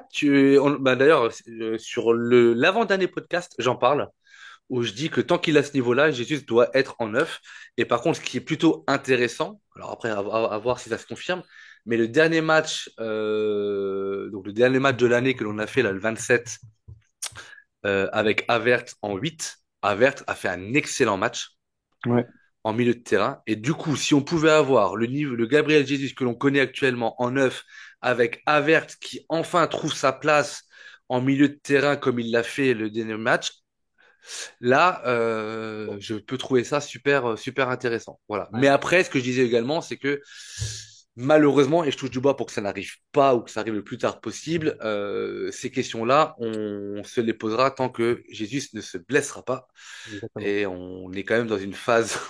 Bah, il commence à accumuler un nombre de matchs où on va arriver bientôt à son record. Ouais, Et ouais, c'est ça. J'allais dire, c'est presque pas normal de le voir aussi souvent. voilà. Ouais. Donc voilà. Et rien d'autre à la mi-temps à souligner, messieurs, à moins que vous ayez un. Louis, tu t'es pas prononcé sur le but. Tout a été Non, dit. Ouais. oui, tout a été dit, coup de Ok. billard, bien placé, voilà. Donc, Eh ben très bien. Comme quoi on raconte pas que des conneries des fois. Du coup, et là Louis, je vais avoir besoin de toi parce que ce qui s'est passé à la mi-temps, c'est quand même magnifique. ah oui, C'est bah en quand même effet, magnifique. Donc je du pense que coup, on peut nous décerner le trophée d'homme du match, hein, parce que je pense qu'on a, mais moi je comprends pas que personne n'ait dit qu'on était un coup de cœur, tu vois. bah oui, carrément. Et personnellement, je pouvais pas me mettre toi et moi en coup de cœur, mais bon, Micha n'a pas X. Et Nico, je sais pas si tu étais présent ou pas. Allez, Non, on va quand j'ai même pas non raconter plus. la petite anecdote à nos auditeurs. Du coup, avec l'assaut, on a décidé de relancer des spaces sur Twitter à la mi-temps des matchs. Donc, en gros, tout le monde sait ce que c'est un space. C'est un Pas du espace tout. de discussion. En gros, c'est tu crées une réunion comme une réunion sur Discord ou sur Zoom, etc. Où en fait, tu donnes la parole à des intervenants, tout le monde peut t'entendre et tu peux demander la parole, etc. Et en fait, l'idée, c'est de débriefer un petit peu de la première mi-temps sans faire du podcast avec un débrief de la compo, etc. Mais là, c'était de faire un focus. Pour le coup, il y a eu trois focus. C'était Merino, Raya et Calafiori. Et donc, Martinelli aussi. et Martinelli, ouais, effectivement, qui n'a pas, qui a marqué, voilà. Et donc, du coup, ça dure un quart d'heure le temps de la mi-temps. C'était une première depuis un certain temps. Il y a eu pas mal de monde, pas mal de participants, c'était intéressant. Et puis à un moment donné, Louis et moi, on discutait. Et en fait, en gros, on disait que Merino était assez perdu parce qu'on n'a pas parlé de cette première mi-temps. Mais sur la première mi-temps, Merino, moi, je l'ai trouvé vraiment perdu. Genre, il est dans le noir, il sait pas où est le nord, où est le sud, il sait pas où aller. Il n'avait pas activé Waze Hmm. ou Google Maps, j'en sais rien. Donc du coup, on a pointé du doigt la mauvaise mi-temps de Merino, bien que Louis ait Ouais, j'ai un peu temporisé, nuancé. ouais, t'as J'ai un peu nuancé, nuancé. en disant que tout ce qu'il faisait était bien, mais que c'était trop scolaire et pas Oui, c'est ça. assez risqué, on va dire. Alors que moi, En j'ai fait, en trouvé, fait, ce qu'il a fait, c'était propre, mais il n'y a aucune prise de risque dans son jeu. En ouais, mais fait, il moi, n'y a il a pas pas. la passe qui va casser la ligne, il n'y a pas, il y a pas la passe en profondeur, il y a pas le petit élément qui va venir peser sur le jeu. Donc, effectivement, quand il y a Blaut dans ses pieds, bon, il se retourne, soit il la met à côté, soit il la met derrière, donc ça reste propre, Et c'est à quand la même pro, différence les de mecs. Martinelli. Ouais. Mais effectivement, oui, pour Merino, oui, c'est très scolaire. Mais après, est-ce que c'est ce qu'on lui demande? Je ne sais pas. C'est toujours l'éternel débat. Et donc, du coup, on peut dire qu'on critique un petit peu la première mi-temps de Merino. On critique Oui, la première mi-temps de Martinelli sur le côté gauche, où on dit que de toute façon, le côté gauche, franchement, ça ne peut pas fonctionner parce que le seul crochet qu'il a de son pied droit pour se mettre sur le pied gauche débordé à la vitesse, ça ne passe plus. On parle un petit peu de Raya, etc. Donc, on a des échanges comme ça. On se quitte juste avant le début de la deuxième mi-temps, dans un space, somme toute, mais franchement très objectif, mais assez critique envers Martinelli et Merino. Et là, messieurs, 45e, l'arbitre, allez hop, c'est parti pour la deuxième mi-temps, 50e minute de jeu, qui marque Merino. Il t'a entendu, je crois. Il vous a 53e minute, entendu. 53e minute de jeu qui marque Martinelli. Magnifique. Et donc, du coup, moi, messieurs, j'ai une hypothèse. Je pense que Mikel Arteta a écouté Space dans un pseudo qu'on ne connaît pas. Il a mis Twitter, il a mis sa JBL, il a mis en Bluetooth, il a dit écoutez les gars ce que Louis et Raoul racontent. J'ai rien d'autre à dire. Oh, vous repartez sur le terrain et on y va. Et puis ça aura fait la différence. Trait de plaisanterie. Alors, je l'ai dit à Louis en off avant de commencer ce débrief-là, c'est que tout ce que l'on a dit dans l'espace space sur Twitter ou tout ce que l'on dit de la première mi-temps d'un tel joueur ou d'un tel joueur reste une vérité sur la mi-temps que l'on critique. Après que le mec il revienne, que Merino et Martinelli marquent un but, pour moi, même si Martinelli a été un peu plus visible, pour moi ça ne sauve pas le match. Ils ne deviennent pas un top, pour moi en tout cas, un top de cette rencontre. Mais on va prendre les choses dans l'ordre. Le but de Merino. De nouveau sur un corner tiré par Waneri. Le gardien est un petit peu gêné, ça reste un petit peu dans la surface. Et je crois que c'est Gabriel Jesus qui frappe la balle et de nouveau contrée arrive sur la tête de Merino qui la met au fond. En gros, je pense pas me tromper. Messieurs, sur ce but, qu'est-ce qu'il y a à dire? Hormis que c'est de nouveau un coup de pied arrêté et que Merino est au bon moment, au bon endroit, mais y a-t-il une précision que vous vouliez apporter? bah, ce qui est marrant, le petit clin d'œil, c'est qu'on a du coup Rice qui était remplaçant et Saka qui était blessé. Du coup, ce sont nos deux tireurs de corner logiquement qui sont attitrés. Et là, on a changé de tireur, mais ça passe encore. Donc, ça, c'est quand même plutôt rassurant dans un sens, c'est qu'on n'est pas dépendant de ni de Rice ni de Saka sur les corners. Et ça, ça peut être pas mal. Les corners qui ont d'ailleurs, pour la petite parenthèse, été tirés excellemment de la part de Nwaneri, hein. Oui. Mm. Et sur le nombre de corners que l'on a obtenus et tirés par Nwaneri, la part de déchets est moins importante sur le match-là pour Nwaneri que sur Saka sur les autres matchs, hein. Ouais, non, j'ai été bien tiré, ouais, les corners. Là-dessus, il n'y a pas de souci. Du coup, ça D'accord. fait 2-1. Est-ce qu'on dit quelque chose d'autre sur ce but-là, messieurs? Méchade. Oui, non. Non, non, tout a été dit. Tout a été dit. C'est un très beau but d'un top joueur comme Merino. Top 5 des milieux de terrain en PL. Pardon. Nico, autre chose à rajouter? Ouais, non, pas du tout. Cafouillage, toujours. Ouais. Ça nous Mais réussit. c'est là où je voulais en venir tout à l'heure quand on parlait de Gabriel Jesus en renard des surfaces, Méchade, on a utilisé cette expression-là. Encore une fois, il est au bon endroit puisque la balle lui revient dans les pieds, il frappe, elle est contrée par un défenseur et encore une Oui, fois, absolument. ce ne sera Absolument. pas le but le plus compliqué de Merino dans sa carrière. Mais ça reste un joueur yaourt nature, comme on dit. Voilà. Ça reste un joueur. Je ne connais Ah, pas c'est cette vrai, expression. c'est vrai qu'on attend plus. On On parle C'est de un attend qui yaourt. là? plus. De Merino? Merino, oui, oui, Ah c'est oui, un oui, joueur oui, oui, yaourt ok. nature, quoi. Sans Ok. saveur, sans passion, sans sel, sans poivre, sans épices, quoi. Pour moi, il a été transparent. Je ne vais pas dire qu'il était mauvais, mais il a été transparent. Du coup, 3 minutes après, bim bam boum, Arsenal fait le break. Euh, Nwaneri, encore une fois, encore lui, sur son côté droit, fait un centre qui est renvoyé par un défenseur, je crois, et qui revient dans les pieds de Martinelli, qui arrive à contrôler et de son pied droit, du coup de son bon pied, place la balle. Pour moi, clairement, la frappe, elle est imparable pour le Mm. gardien. Et ça fait 3-1. Mécha, je t'avouerai que toute la famille a fait la fête à la maison hein, pour le but du fiston. Mais voilà, il faut croire quand même Et d'ailleurs, il a retiré son t-shirt et il y avait écrit Raoul, je t'aime, merci. Tu vois, la, j'ai la lu la vif. Eh ouais, dédicace. ouais, il a dit, tu m'as jamais. Bon, le texte était un Tu peu m'as jamais long. laissé Tu tomber. m'as jamais laissé tomber. Je te remercierai jamais assez. Merci pour tes conseils. Ouais, je sais. Bon, euh, ceux qui n'ont pas la ref, ils doivent en train de se dire, ils sont fous. Oui, donc 3-1, le break est fait. Nwaneri est impliqué de nouveau dans ce but-là. Messieurs, quelque chose à dire? Visiblement Bah, non. non, mais c'est pareil, c'est un dégagement tout pourri de la défense. Enfin, là, t'as quand même un centre qui est pas dangereux de Oui, oui. Nwaneri.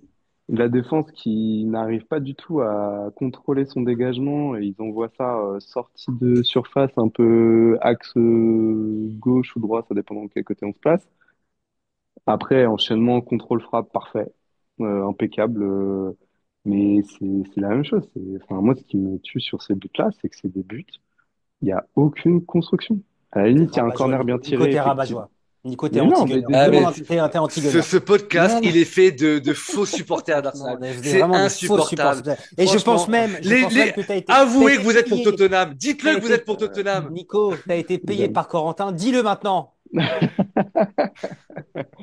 Ah, on va laisser Corentin où il est pour le moment, le Tu as pauvre. été payé par Mais, Corentin pour faire du bad buzz. Voilà, faut le dire.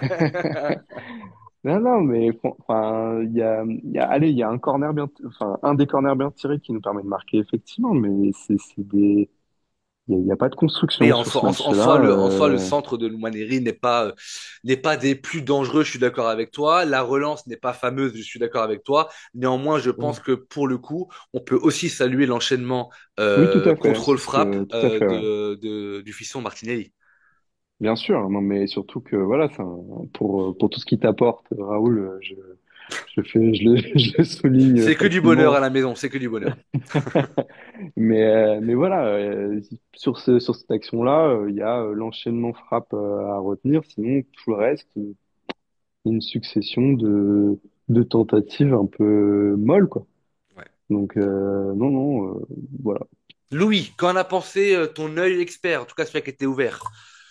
Non, non, bah, effectivement, oui, il n'y a pas grand-chose à dire sur le but. Juste revenir sur le deux, enfin, c'est sur le corner, c'est quoi? C'est le deuxième ou l'égalisation? Non, je sais Le plus. Non, c'est le deuxième, ouais. Le deuxième but, ouais. deuxième, ouais. Je crois que c'est Wissa qui laisse sortir le ballon justement en corner Oui, où le ballon lui revient dessus, il la laisse tranquillement sortir parce qu'il pensait que c'était sorti de but. En fait, non, c'était corner. Donc effectivement, Brentford qui nous a pas mal aidé à revenir dans ce match. Mais après, non, la frappe de Martini, elle est belle. C'est pas mal pour ses stats parce que je crois du coup là il est à 6 buts et 2 passes D en 17 matchs de Première Ligue. Bon, en termes de stats, c'est pas ouf, mais c'est pas non plus hyper dégueu, on va dire. Mm. Mais voilà, bon, ça nous permet un peu de tuer le match derrière parce que bon, derrière Brentford n'a plus fait grand-chose, mais psychologiquement, revenir dans un match comme ça, même si c'est des actions qui sont pas nécessairement construites, etc. Je pense que c'est un match il y a allez, peut-être 2 3 ans qu'on aurait perdu, je pense. Peut-être. Après, il faut saluer aussi la force de réaction que l'on a eue, parce que, encore une fois, Oui, oui, carrément, ça l'objectif c'est des sûr. 3 points, il fallait aller le chercher. Et là, du coup, je vais refaire une petite dédicace à mon CM préféré de l'assaut, Arturo, qui écrit après le but de Martinelli, quelques minutes après, en disant premier jour de l'année, tu vois déjà ces deux joueurs, en parlant de Merino et de Martinelli, et tu vois déjà ces deux joueurs célébrer leur but, on peut déjà arrêter 2025, on est sur la meilleure année. Voilà, Arturo qui me. Voilà, j'adore ses balles perdues. Et donc, je le salue parce que je crois qu'il va nous quitter pendant 6 mois, si je me trompe pas, c'est ça? ouais, Oui, c'est c'est ça. ça, je crois. Ouais. Ok. Et ben, il va nous manquer au CM. Que dire en plus de cette deuxième mi-temps? 78e, on a les premiers changements qui interviennent avec Calafiori qui cède sa place à Lewis Kelly, avec Waneri qui cède sa place à Trossard et à Merino qui cède sa place à Declan Rice. Rice. Qu'est-ce qu'il y a encore à dire 88e, c'est les changements que je me suis noté, Ødegaard pour Jorginho pour Ødegaard. Il y avait Ah et si, il y a dernier quand même, il y a quand même Zinchenko et les gauches sur les 5 dernières minutes. Et Ça a quand même 80 et été. 92e, Gabriel Jesus qui laisse sa place à Zinchenko, qui est rentré effectivement dans un positionnement magnifique. Voilà, Mais on ça, je pourra. pense que c'est le bas de signal, tu vois, dans Batman, le bas de signal de d'Arteta Kroenke pour dire bon, j'ai besoin d'un attaquant parce que là, je suis obligé de faire rentrer Zinchenko à gauche. C'est ça, ouais, ouais, ouais. Donc c'est un peu, je Euh, pense que c'est le bas de signal du mercato. Je pense qu'il est lancé. les gars, regardez, j'ai mis Neto avant-centre. J'ai un problème. Il faut recruter. Euh, Ouais, je pense que sur ce match-là, il n'y a pas d'autres faits marquants. J'ai pas à souvenir que Brentford ait été plus dangereux que ça, mettant en difficulté notre défense et Raya. Vraiment, j'ai pas souvenir. Alors, j'ai fait quelques allers-retours, mais j'ai pas tout Non, vu. non. Mais je crois qu'il y a pas d'autre, il y a pas d'autre chose à dire. Ça va me permettre de lancer quelques sujets. Du coup, vous laissez la parole à Louis dans un premier temps et à Mécha dans un second temps, puisque Louis, ton coup de cœur était un petit peu Gabriel Jesus, ton instant passion, Oui. auteur du coup. Alors, je pense que sa frappe n'est pas considérée comme une passe décisive puisqu'elle est repoussée par un défenseur, si je me Mhm. trompe pas. Mais en tout cas, il est impliqué sur deux de nos trois buts. De nouveau, donc j'allais dire la série continue pour Jesus, la confiance continue, ce qui est plutôt pas mal. Est-ce que tu veux un petit peu t'arrêter dessus et nous en dire un peu plus sur ton ressenti par rapport à son retour, ce que tu attends peut-être encore plus de lui, ce que tu crains, sa blessure, je suppose. Voilà, mais en tout cas, c'est ton instant passion et la parole est à toi.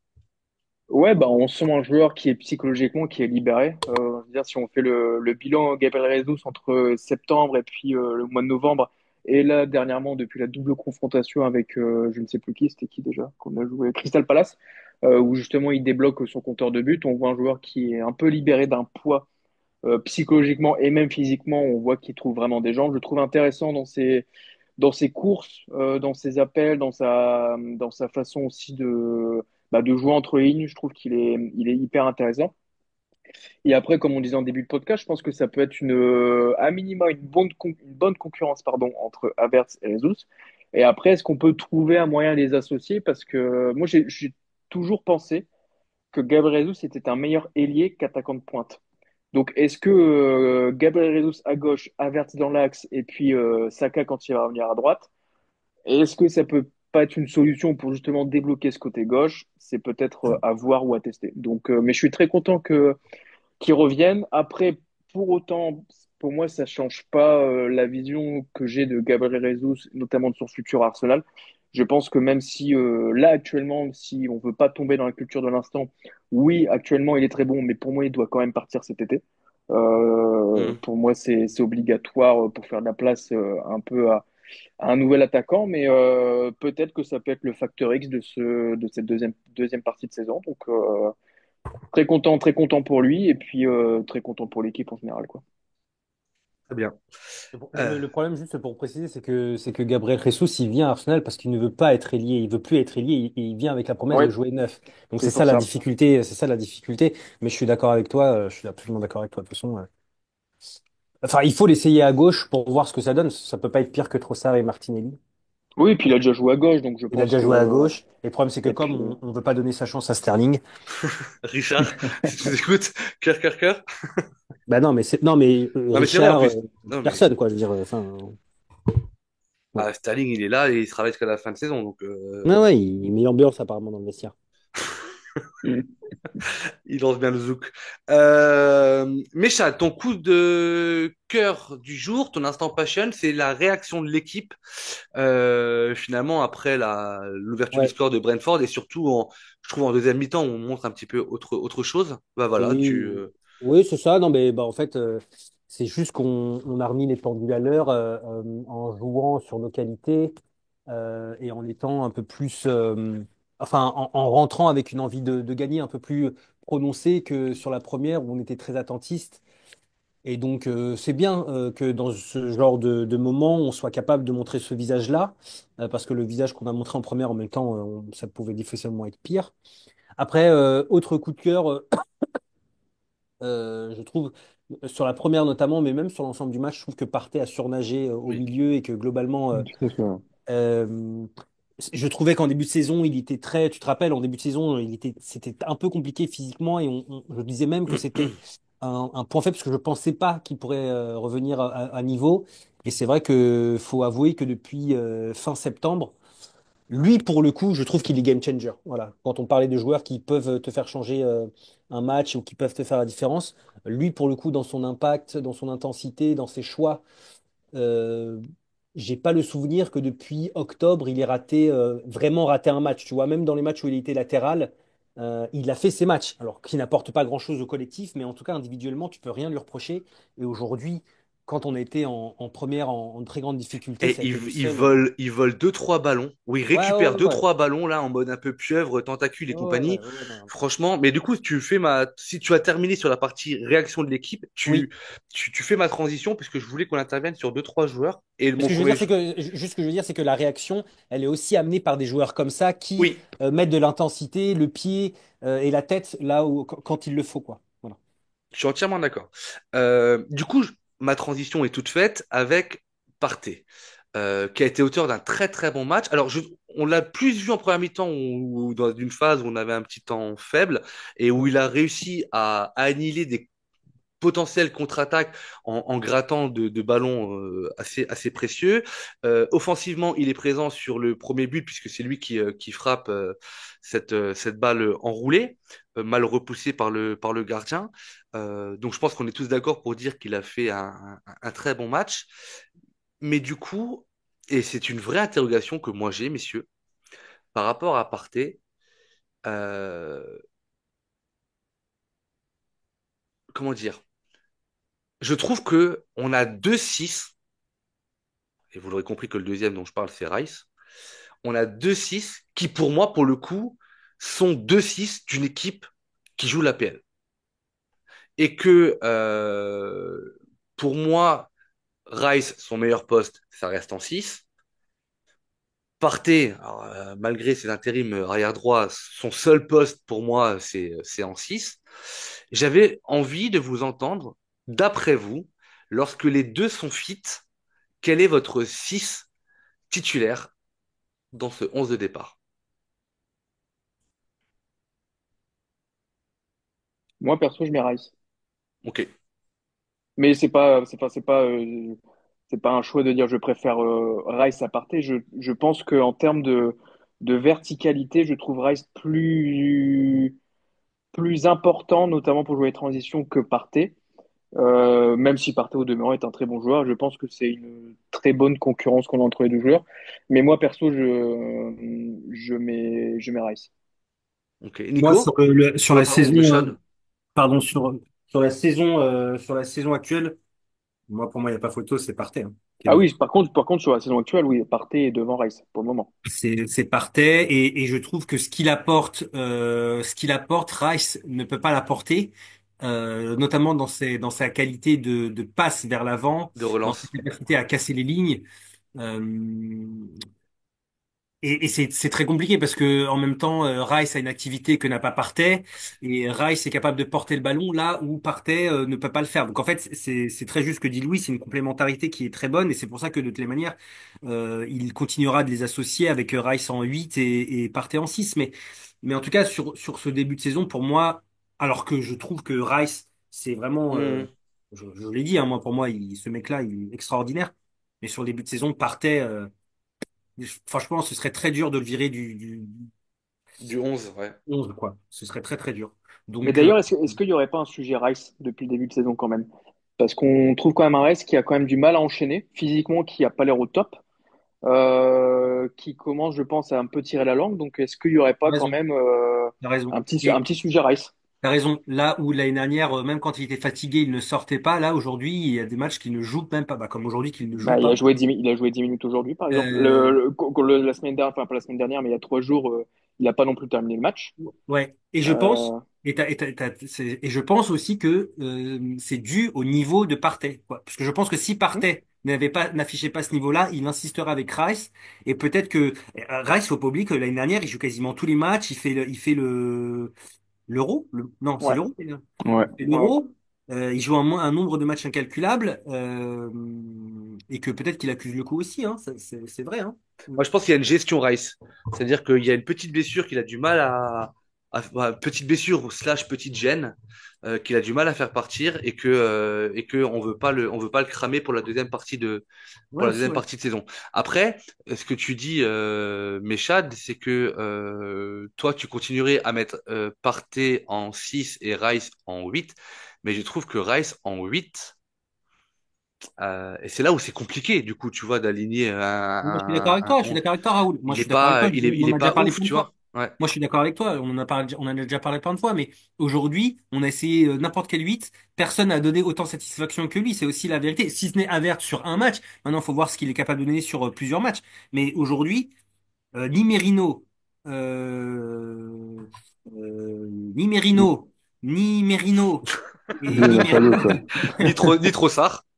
Trossard, Nwaneri, on lui fait pas confiance, visiblement. Il n'a pas le droit de jouer à ce poste-là. Donc voilà. Et en fait, toutes les options que l'on a essayées, Zivchenko, moi j'aimerais bien voir Zivchenko à 8, mais bon bref, ça c'est autre chose. Mais en tous les cas, tous les joueurs qu'on a essayés n'ont pas apporté autant satisfaction. Et pour autant, tu as raison, je trouve que mettre Rice en 8 nous pose des problèmes dans la construction du jeu. Ouais. C'est compliqué, Mais c'est le seul Et qui est capable de jouer une transition offensive dans nos milieux de terrain. c'est ouais. vrai. Parce Ouais. qu'aujourd'hui, tu vois, quand tu as Merino qui récupère le ballon, Merino part haut de garde, quand tu as une transition offensive à jouer, eh ben, tu vois rapidement qu'au bout de 3-4 mètres, ça met le pied sur le ballon, ça se retourne et puis ça la met derrière ou ça la met à côté. Et Rice, c'est le seul qui arrive à avoir un minimum de verticalité dans son jeu. Et moi, j'ai profité d'avoir quand même trois experts de taille XXL avec moi pour relancer un sujet dont j'ai parlé dans le dernier podcast. Parce que pour moi, Partey et Rice sont deux 6 qui peuvent être complémentaires et qui ont la faculté de relance courte pour Partey dans la percussion avec Rice. Messieurs, est-ce que je suis le seul à imaginer pouvoir jouer en 4-4-2 avec ces deux-là? Non, Non, je non, suis non, totalement d'accord. on en avait déjà parlé en plus avec Axel, et moi je suis absolument d'accord d'avoir ce double rideau, ce double Pivot, ouais. pivot, pardon, Partey Rice avec, en fait pas 4-4-2, moi je dirais plutôt 4-2-3-1 à la rigueur, parce que Mm. le milieu de terrain pour Arteta est important et donc il faut quand même que ce soit plausible, parce qu'en fait si tu joues en 4-4-2, pour moi c'est un jeu qui est très direct, très vite vers l'avant et qui empêche, on va dire, un contrôle total du jeu Hum, comme Arteta l'imagine. Donc, hum. je pense pas que ce soit envisageable. Par contre, un 4-2-3-1 avec un double pivot, Partey, Rice, Rice, Spitz, numéro 10 ou 9 et demi, Ødegaard. Odegaard, Hum. sur les côtés, Saka, Martinelli ou quelqu'un d'autre s'il y a un recrutement, et l'attaquant.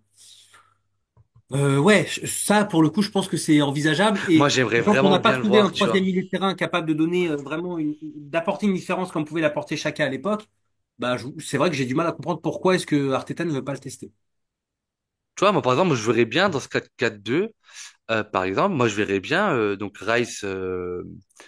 Après, 4-4-2, 4-2-3-1, ce n'est que une formulation, hein, parce que genre, on a un jeu qui est tellement mouvant que dans mon 4-4-2, vous l'aurez bien compris que devant l'un des deux attaquants, pour moi, c'est Ødegaard qui aurait un rôle d'un peu de 9,5, comme le même exemple que j'avais cité la dernière fois, comme Djorkaeff l'avait à l'époque à l'équipe de France, tantôt deuxième attaquant, tantôt meneur de jeu. Mais dans un 4-4-2 avec, par exemple, Saka à droite et pourquoi pas Nwaneri à gauche, ça peut se tenter quand même, hein. Moi, je pense pas que Ouais. Odegaard ait les qualités pour jouer 9 et demi ou devant, pour être très honnête. Pour moi, s'il y a une attaque à deux, ça doit être Jesus Havertz. Parce que Ouais, c'est voilà, typiquement, pour moi, c'est exactement. Donc ça veut dire que le schéma en 4-4-2 condamne Ødegaard. Non? Ah oui, en Non, tu mets en 4. 4-4-2. Bah, non, parce que Mais si, quoi qu'il, je pense qu'Odegaard, c'est son homme de main. Mais pour moi, c'est pas, ça condamne pas Odegaard. Pour moi, ça condamne Rice ou Partey. Ça condamne pas. Odegaard, pour moi, quoi qu'il, il le mettra titulaire. Oui, non, non, je mais suis de, d'accord. Non, mais de- moi l'hypothèse du 4-4-2, c'est d'associer Ah oui, d'accord. Rice et Partey, en fait, tu Moi, je vois. pense pas je pense qu'en termes de finition, d'appel, etc., je pense pas qu'il ait les qualités pour jouer devant Odegaard. C'est un mec qui a besoin d'avoir le ballon, qui a besoin de créer, d'orienter. il Mhm. part de Tu plus vois, loin en plus, hein. je pense oui, pas. et Et puis, je suis assez d'accord avec lui. S'il y a deux pointes, c'est Havertz qui serait plutôt en 9,5, tu vois, qui Avec tournerait autour Jésus, de la ouais, qui pointe. tourne autour de Jésus, ouais, ou Voilà. inversement, ouais, mais après, voilà, voilà. Mais moi, c'est vrai que cette formule-là, encore une fois, hein, je reviens à l'ère Wenger, où on a tout gagné. On avait un milieu de terrain à l'époque du titre, du triple en 98, c'était Petit Vieira. C'était monstrueux, ce milieu de terrain-là était monstrueux. D'ailleurs, j'y pense, mais peut-être que Louis, tu pourras me répondre. En fait, on parle toujours de Gabriel Jesus à gauche, mais jamais de Havertz à gauche, là où il jouait à Chelsea. Pourquoi est-ce que Havertz, il pourrait pas basculer sur un côté? Parce que Bah, Chelsea c'est rapide. l'a justement vendu parce qu'il était nul à gauche. Je pense que tu peux pas avoir une meilleure réponse que ça. Non, mais après, il a pas la vitesse pour. Ah, Hein. mais je sais pas, ça va, il me fait Non, passer mais pour, après, il me fait je passer pense pour un qu'il a. débile. Mais il t'aime pas, tu le sais très bien, en plus, il t'aime Les pas. gens Non. vont Non, vraiment mais croire que je connais rien au football. Ça va donner de l'eau à leur moulin, merde. non, mais en vrai, si. Mais je crois il a déjà fait un peu d'intérim. Je crois Havertz sur un côté, même à gauche. On Ouais, l'a mais vu jouer un peu Havertz, il à Arsenal? a fait gauche, à l'intérim À droite. partout. Arsenal? Mais Arsenal, non. si, je crois, pour Ah faire ouais? tourner un peu tourner Saka, etc. On l'a vu dans quelques minutes. Hein, c'était un peu du bricolage, mais je crois qu'on l'a déjà vu un peu évoluer sur un côté. Mais pour revenir au 4-4-2, le fameux 4-4-2 que tu évoques, Raoul, c'est pas le 4-4-2 qu'on a vu en l'absence d'Odegaard, qui n'avait pas très bien fonctionné. Non, non, parce que pour moi, on était toujours dans un 4-3-3, 4-2-3-1, mais pas le vrai 4-4-2 parce que le 4-4-2, et là je fais référence à l'Arsenal de l'époque, le 4-4-2, il te faut des flèches à gauche et à droite. Le football, il a changé, Raoul. En plus, pour répondre à Louis, c'était pas un 4-4-2, c'était un 4-4-1, parce qu'en fait, il y avait trop ça sur le terrain. Donc, Oui, c'est vrai, c'est Il y vrai. avait Turpin, il y avait Turpin, mais il y Turpin, avait Clément Turpin sur le Turpin mettait terrain. des cartons, il mettait des cartons, il sifflait les fautes, mais bon. Donc, on n'a jamais joué en 4-4-2. Je pourrais même dire qu'on a joué en 4-3-1, parce qu'il y avait aussi Martinelli sur le terrain, et donc du coup, ça rendait la tâche un peu plus simple. Il y avait beaucoup d'handicaps quand même, hein, en l'absence d'Odegaard. Oui, oui. Ouais. Quand il était blessé, oui. Bon, merci pour cette expertise sur le cas Mais Partey. alors, Oui. je vais quand même rebondir sur ce que tu dis, Raoul, et je vais ouvrir un autre débat Ah, entre vas-y, guillemets. j'aime ça. Partey est en fin de contrat dans 6 mois. Oui. On fait quoi? Eh ben, tu te rappelles qu'on voulait faire, tu avais fait un article, Oui, c'est vrai. on avait dit, Et, ouais, viens, on fait direct un podcast dessus. Et on s'est dit, et ouais, on n'a pas eu le temps. on dit, Puis ouais, viens, on attend encore un peu. Bon, mais Mais pour répondre à ta question, pour moi, on le prolonge, faut pas le prolonger. Bah, pour parce moi, on que, prolonge d'un an.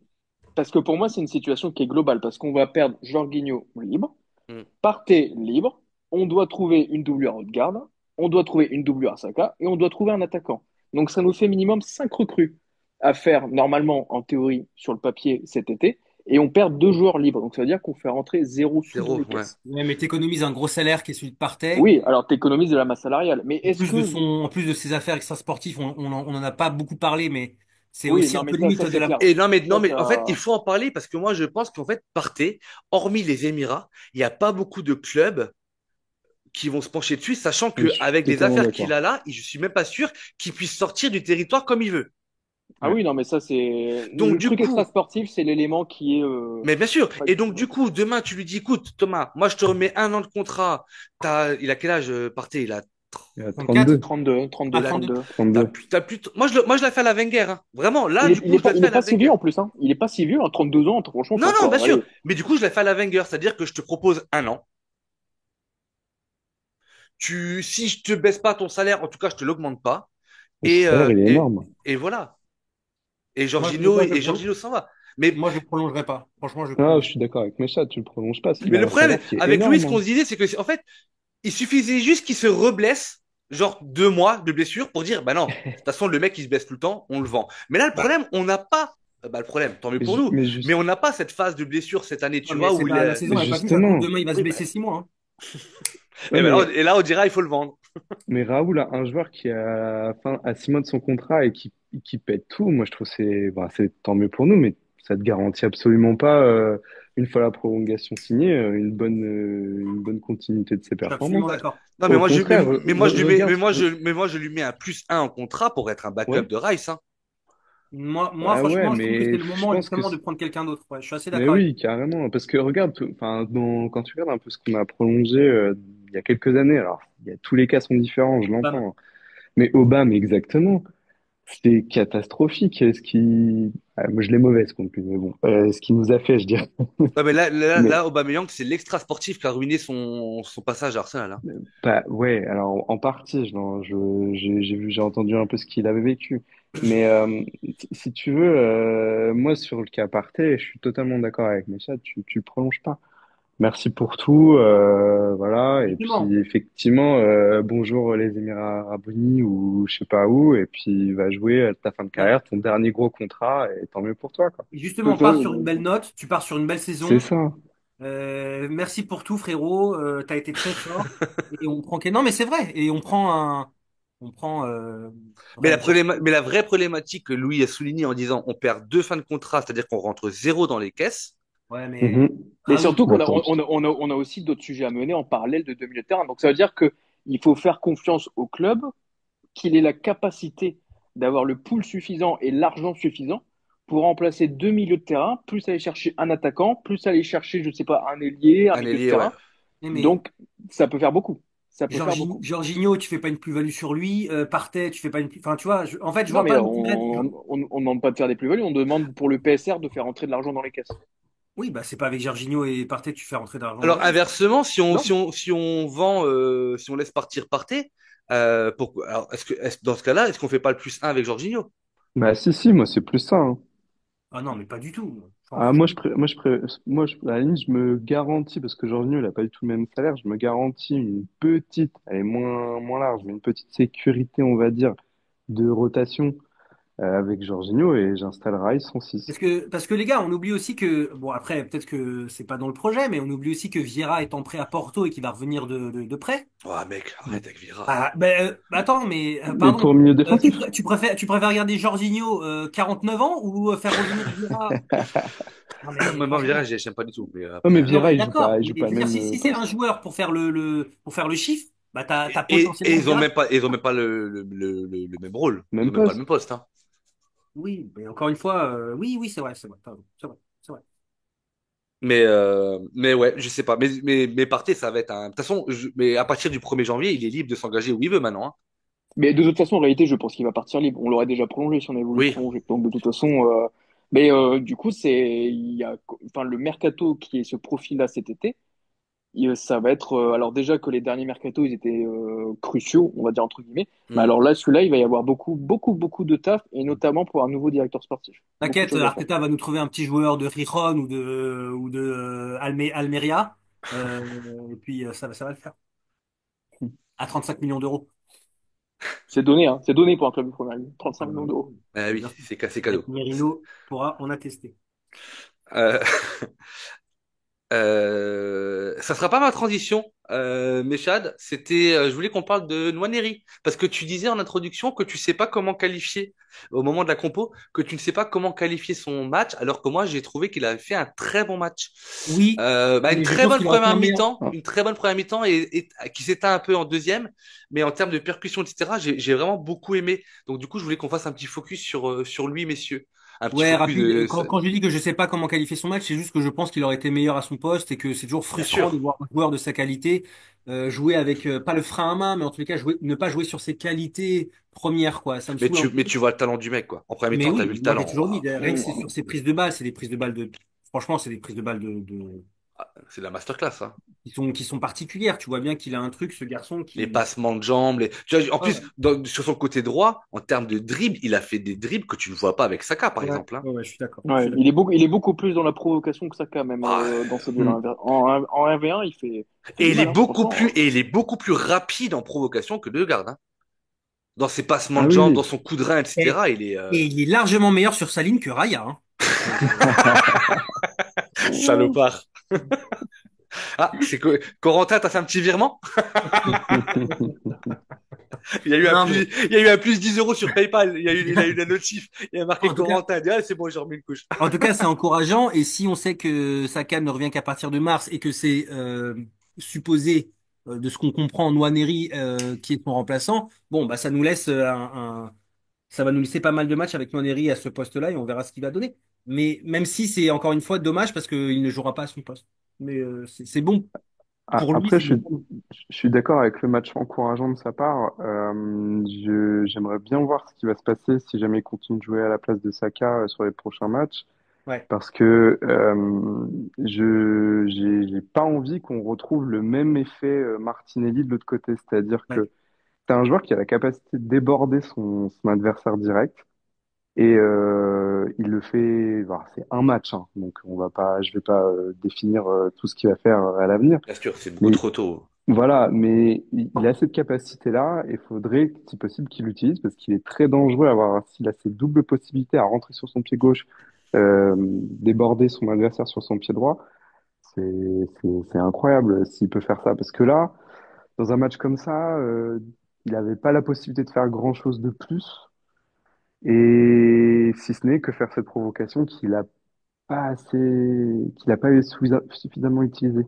Et j'aimerais bien le voir faire ça parce qu'il est très dangereux dans ce cas. Et c'est que pas, enfin, vous parliez de Saka, etc. Moi, je trouve que Saka, il arrive quand même assez bien à faire ça. À avoir cette double possibilité d'avoir rentré sur le pied gauche et avoir le pied droit pour déborder. Et c'est là où, en fait, on met beaucoup plus en danger l'équipe adverse. Donc, Moi, à suivre, ce que mais j'ai encore avant. trouvé très très dommage sur ce match-là, c'est de n'avoir vu aucune permutation entre Nwaneri et Martinelli. Ouais, c'est vrai. Mais de toute façon, ouais.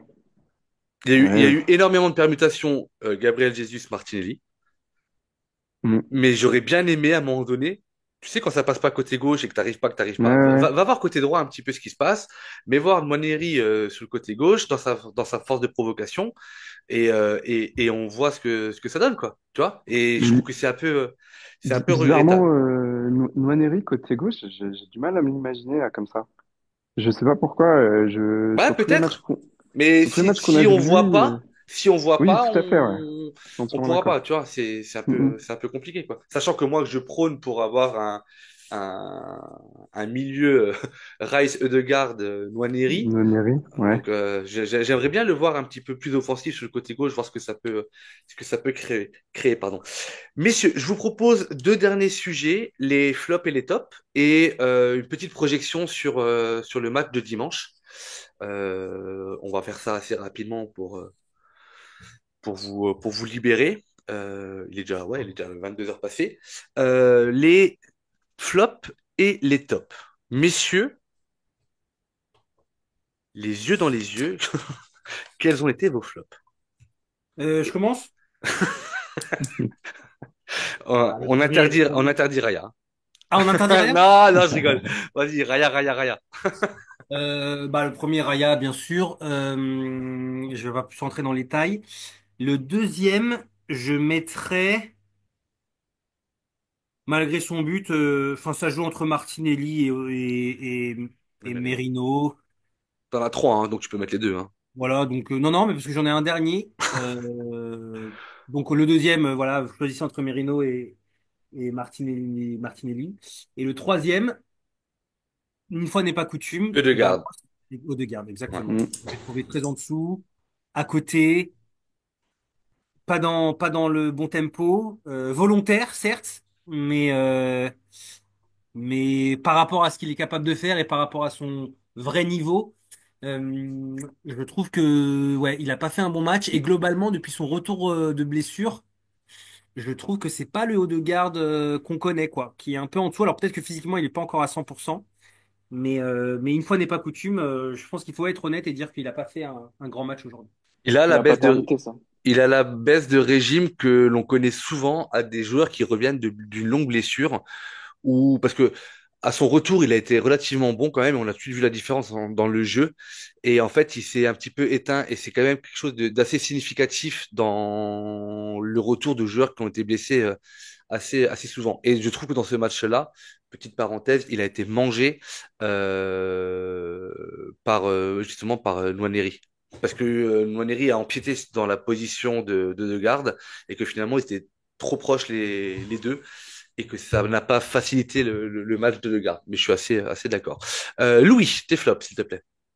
Moi, les flops, ça va être tout le côté gauche. On va dire du coup La dans. ligne, Ouais, non, mais la ligne Calafiori, Merino, Merino, Martinelli. Martinelli, ça n'a pas fonctionné. On n'a pas encore trouvé la bonne formule, si Hmm. on a une.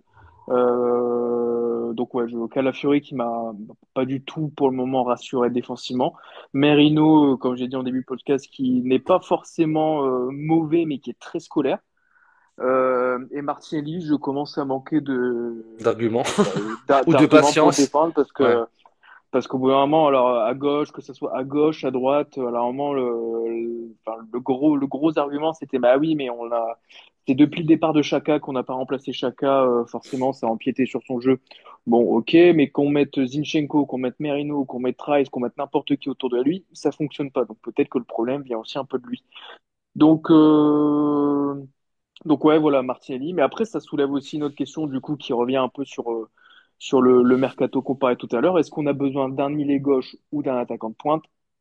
Ça aussi, c'est une question. Quand on voit Trossard, Martinelli actuellement, c'est pas, pour le coup, c'est pas un côté gauche qui, je pense, nous ferait gagner une première ligue. Je suis d'accord. Louis? Euh, pff, Nico, pardon, tes flops? Ouais. Bah, Trossard n'était pas titulaire, donc je peux pas le mettre dans les flops. Mais du coup, Raya, flop, Calafiori, et c'est vrai qu'on n'en a pas beaucoup parlé sur le podcast, mais je suis d'accord avec Mechad, moi qui l'adore, Hmm. Odegaard, vraiment mauvais. Mais par Euh, principe, tu vas c'est... quand même le mettre dans tes tops après parce que tu es fan de Degarde, mais Non, non, non, mais et honnêtement, à la fin de la première mi-temps, moi je voulais mettre toute l'équipe dans les flops, sauf Partey, parce que j'en avais marre de voir ce que je voyais. Ouais, je suis d'accord. Mais voilà, ces trois flops-là pour ce soir. Très bien. Et vos tops, messieurs? Commence. Bah, vas-y, hein. Top Gabriel Jesus, William Saliba comme d'hab et Thomas Partey. Ok. Louis, on continue? Les mêmes que Mechad. Parfait. Nico? Les mêmes que Mechad. T'aurais pu dire les mêmes que Louis. Tu vois, Méchad, tu Les connais le mêmes. foot. Méchad, tu connais le Tu foot, tu vois? vois, Ouais, tu vois, hein? voilà. Ah, il est J'ai rassuré, je le progressé, vois, hein. regarde, il est heureux là, il est heureux, je le vois dans ses yeux, il est content, ça y est, J'ai il est grave rassuré. progressé, mec. Moi, à la base, je pensais que ça jouait avec les mains et tout, et depuis, j'ai quand même bien progressé. Euh, merci, messieurs. Dernier petit point, petite projection sur dimanche. Donc dimanche, on se déplace. Oui, on se déplace à C'est Brighton. samedi. Non, oui, c'est samedi, pardon. Samedi à 10h30. Samedi, Samedi 4 à 18h30, ouais. 10h30, ouais. On se déplace à Brighton qui, au classement, est actuellement 10e. J'ai pas regardé, mais je pense que Brighton a de nouveau ses stats où ils ont des bonnes stats à domicile et ils ont un peu plus de mal à l'extérieur. C'est une équipe qui est toujours très, très, très compliquée Mm. à aller jouer là-bas. À quoi faut-il s'attendre, d'après vous, messieurs, et quelle équipe aligneriez-vous samedi si vous étiez Michael Arteta? Bah déjà, il va falloir hausser le niveau, ça par rapport à aujourd'hui, ça c'est clair et net, parce que il y a quand même beaucoup de qualité à Brighton, on l'a vu au match aller. Hmm. Donc ça va vraiment pas être simple. Et après, bah, l'équipe, j'ai envie de dire, entre les blessés et les suspendus, on n'a plus trop le choix que d'aligner. Alors, je remettrai peut-être forcément MLS. Après, à voir forcément la défense sans Timber. Est-ce qu'il va prendre un risque en décalant MLS à droite ou à gauche? Enfin, je sais pas. Est-ce qu'il va tenter un truc ou est-ce qu'il va ressortir son parterre arrière droit? Mais après, je pense qu'il va refaire un Rice Partey, Odegaard. Est-ce qu'il va relancer Nwaneri? Je ne sais pas. Pour moi, aujourd'hui, c'était une titularisation par défaut. Donc, si Havertz est de retour, je pense que Nwaneri va sauter. Je pense. Donc, allez, pourquoi pas un Jesus à gauche, Havertz dans l'axe et puis à droite Martinelli. Ok. Petite précision avant de vous laisser la parole à Meshad et à Nico. J'ai dit une bêtise au match aller. Partey n'a pas joué arrière droit. On le rappelle, hein, on a fait un partout. Et oui, C'est ce fameux match où Rice prend le carton rouge exactement. Et où Mm. pour Ben avoir. White met le ballon, où Ben White met le ballon dans la tête du joueur. Non, ça c'est contre Jusqu'à- West Ham, ça. Ah bon? Quand le joueur cherche Saliba et que White il frappe. Ah, c'est West Ham, ok, je croyais que c'était Ouais, C'était Brighton. je crois que contre. c'est West Ham. Ouais, c'était West Ham, ouais. Autant pour moi. Putain, j'étais vraiment Bah, ramassé. l'équipe du match aller, c'était Raya, White, Saliba, Gabriel, Timber, Ødegaard, Partey, Rice, Saka, Havertz, Trossard devant. Voilà, ça c'était l'équipe du match aller. Voilà, messieurs, donc pardon, j'ai corrigé mon erreur avant qu'on m'insulte. Meshad ou Nico, à qui le veut. Euh, Ouais, je veux bien me lancer. Ouais, il va mettre Thomas Partey à droit. Donc, ça, ça m'arrange pas, mais je pense qu'il y aura donc Raya Partey, Saliba Gabriel, MLS. MLS, Rice Merino de garde, et il mettra Jesus. Oui. Il mettra à droite.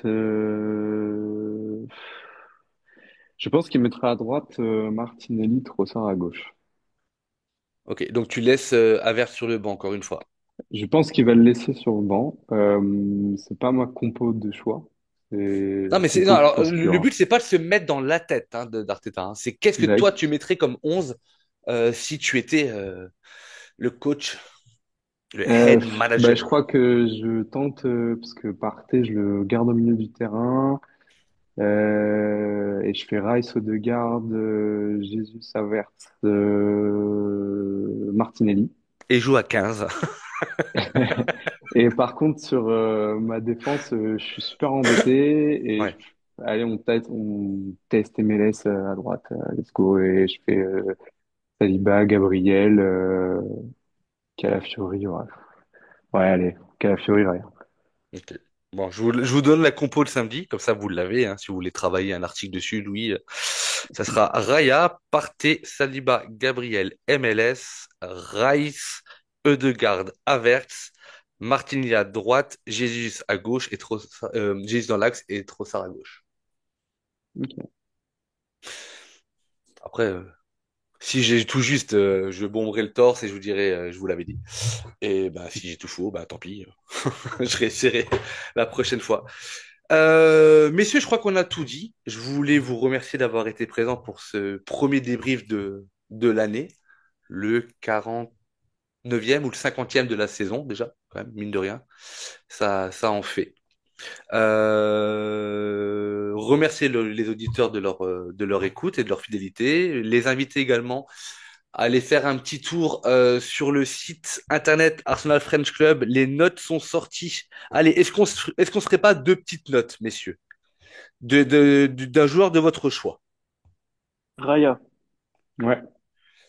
Raya, oh, il doit avoir 10 sur 10. Alors, Raya, il a eu la note de 5 sur 10. À l'image de l'équipe, le portier espagnol a été en difficulté en première période, n'affichant pas sa sérénité habituelle, tant avec ses pieds qu'avec ses mains. Mal placé sur le but de Brentford, il réalise toutefois quelques bonnes interventions et lance deux contre-attaques en fin de match. Voilà, donc il a la moyenne. Voilà. Et rappelez à Ouais, nos auditeurs que vous pouvez apporter votre notation. C'est pas forcément le fait de lire les notes que l'on a mises, mais c'est aussi de pouvoir aller voter en votre âme et conscience le joueur de votre choix, ou tous les joueurs. Allez, on s'en fait un petit dernier pour la Partez. route. Partez, partez, partez, partez, partez. Il a eu la note de 6 sur 10. Solide au milieu de terrain, il a été précieux dans l'impact pour tenter de contenir les remontées de balles des Bees. Il est à l'origine de l'égalisation, voyant sa frappe repoussée par Flecken avant d'être reprise par Jesus à la 29e minute. Voilà. Ouais. Ok. Je trouve que Raya, c'est limite gentil, mais la moyenne, voilà, t'as pas fait un mauvais match, t'as pas fait un bon match, mais t'as pas envie de le descendre parce que t'es fan d'Arsenal, ça me va. Je trouve que Partey, d'avoir juste un 6 par contre, c'est peut-être un petit peu dur. Mais on ne répétera jamais assez pour les gens de la rédac à quel point la notation peut être dure sur un match comme ça où en fait il y a très peu de joueurs qui ressortent du lot. Et c'est vrai que bah, toi, je vois aucun joueur qui mérite un 8 par exemple. Tu vois, Oui, non, clairement, non. Sur ce match-là, il n'y a pas. pour moi, pour moi, Je... la top note d'un match comme ça, c'est 7 et c'est Partey, tu vois. Ouais, Hmm. ouais, c'est ça. C'est ça. Partez au réseau, Ou pour le coup. Jésus qui a été élu Man of the Match. Alors, messieurs, je ne sais pas s'il y en a qui bossent demain, mais en tout cas, il est l'heure pour vous d'aller récupérer de votre réveillon de la Saint-Sylvestre. Et pour ceux qui seront là, je vous donne rendez-vous dès samedi, donc aux alentours, pareil, de 20h30 pour un débrief à chaud. Et puis, on aura l'occasion de parler du calendrier fou qui attend les Gunners sur ce mois de janvier. Voilà, on va se coucher en étant deuxième au classement. C'est déjà ça. On va prendre ça comme bonne note finale. Messieurs, très bonne soirée à vous et à très bientôt. Just would like to finish by one simple word. I will miss you. Thank you all for being such an important part of my life, and hope to see you soon. Well done. Bye bye.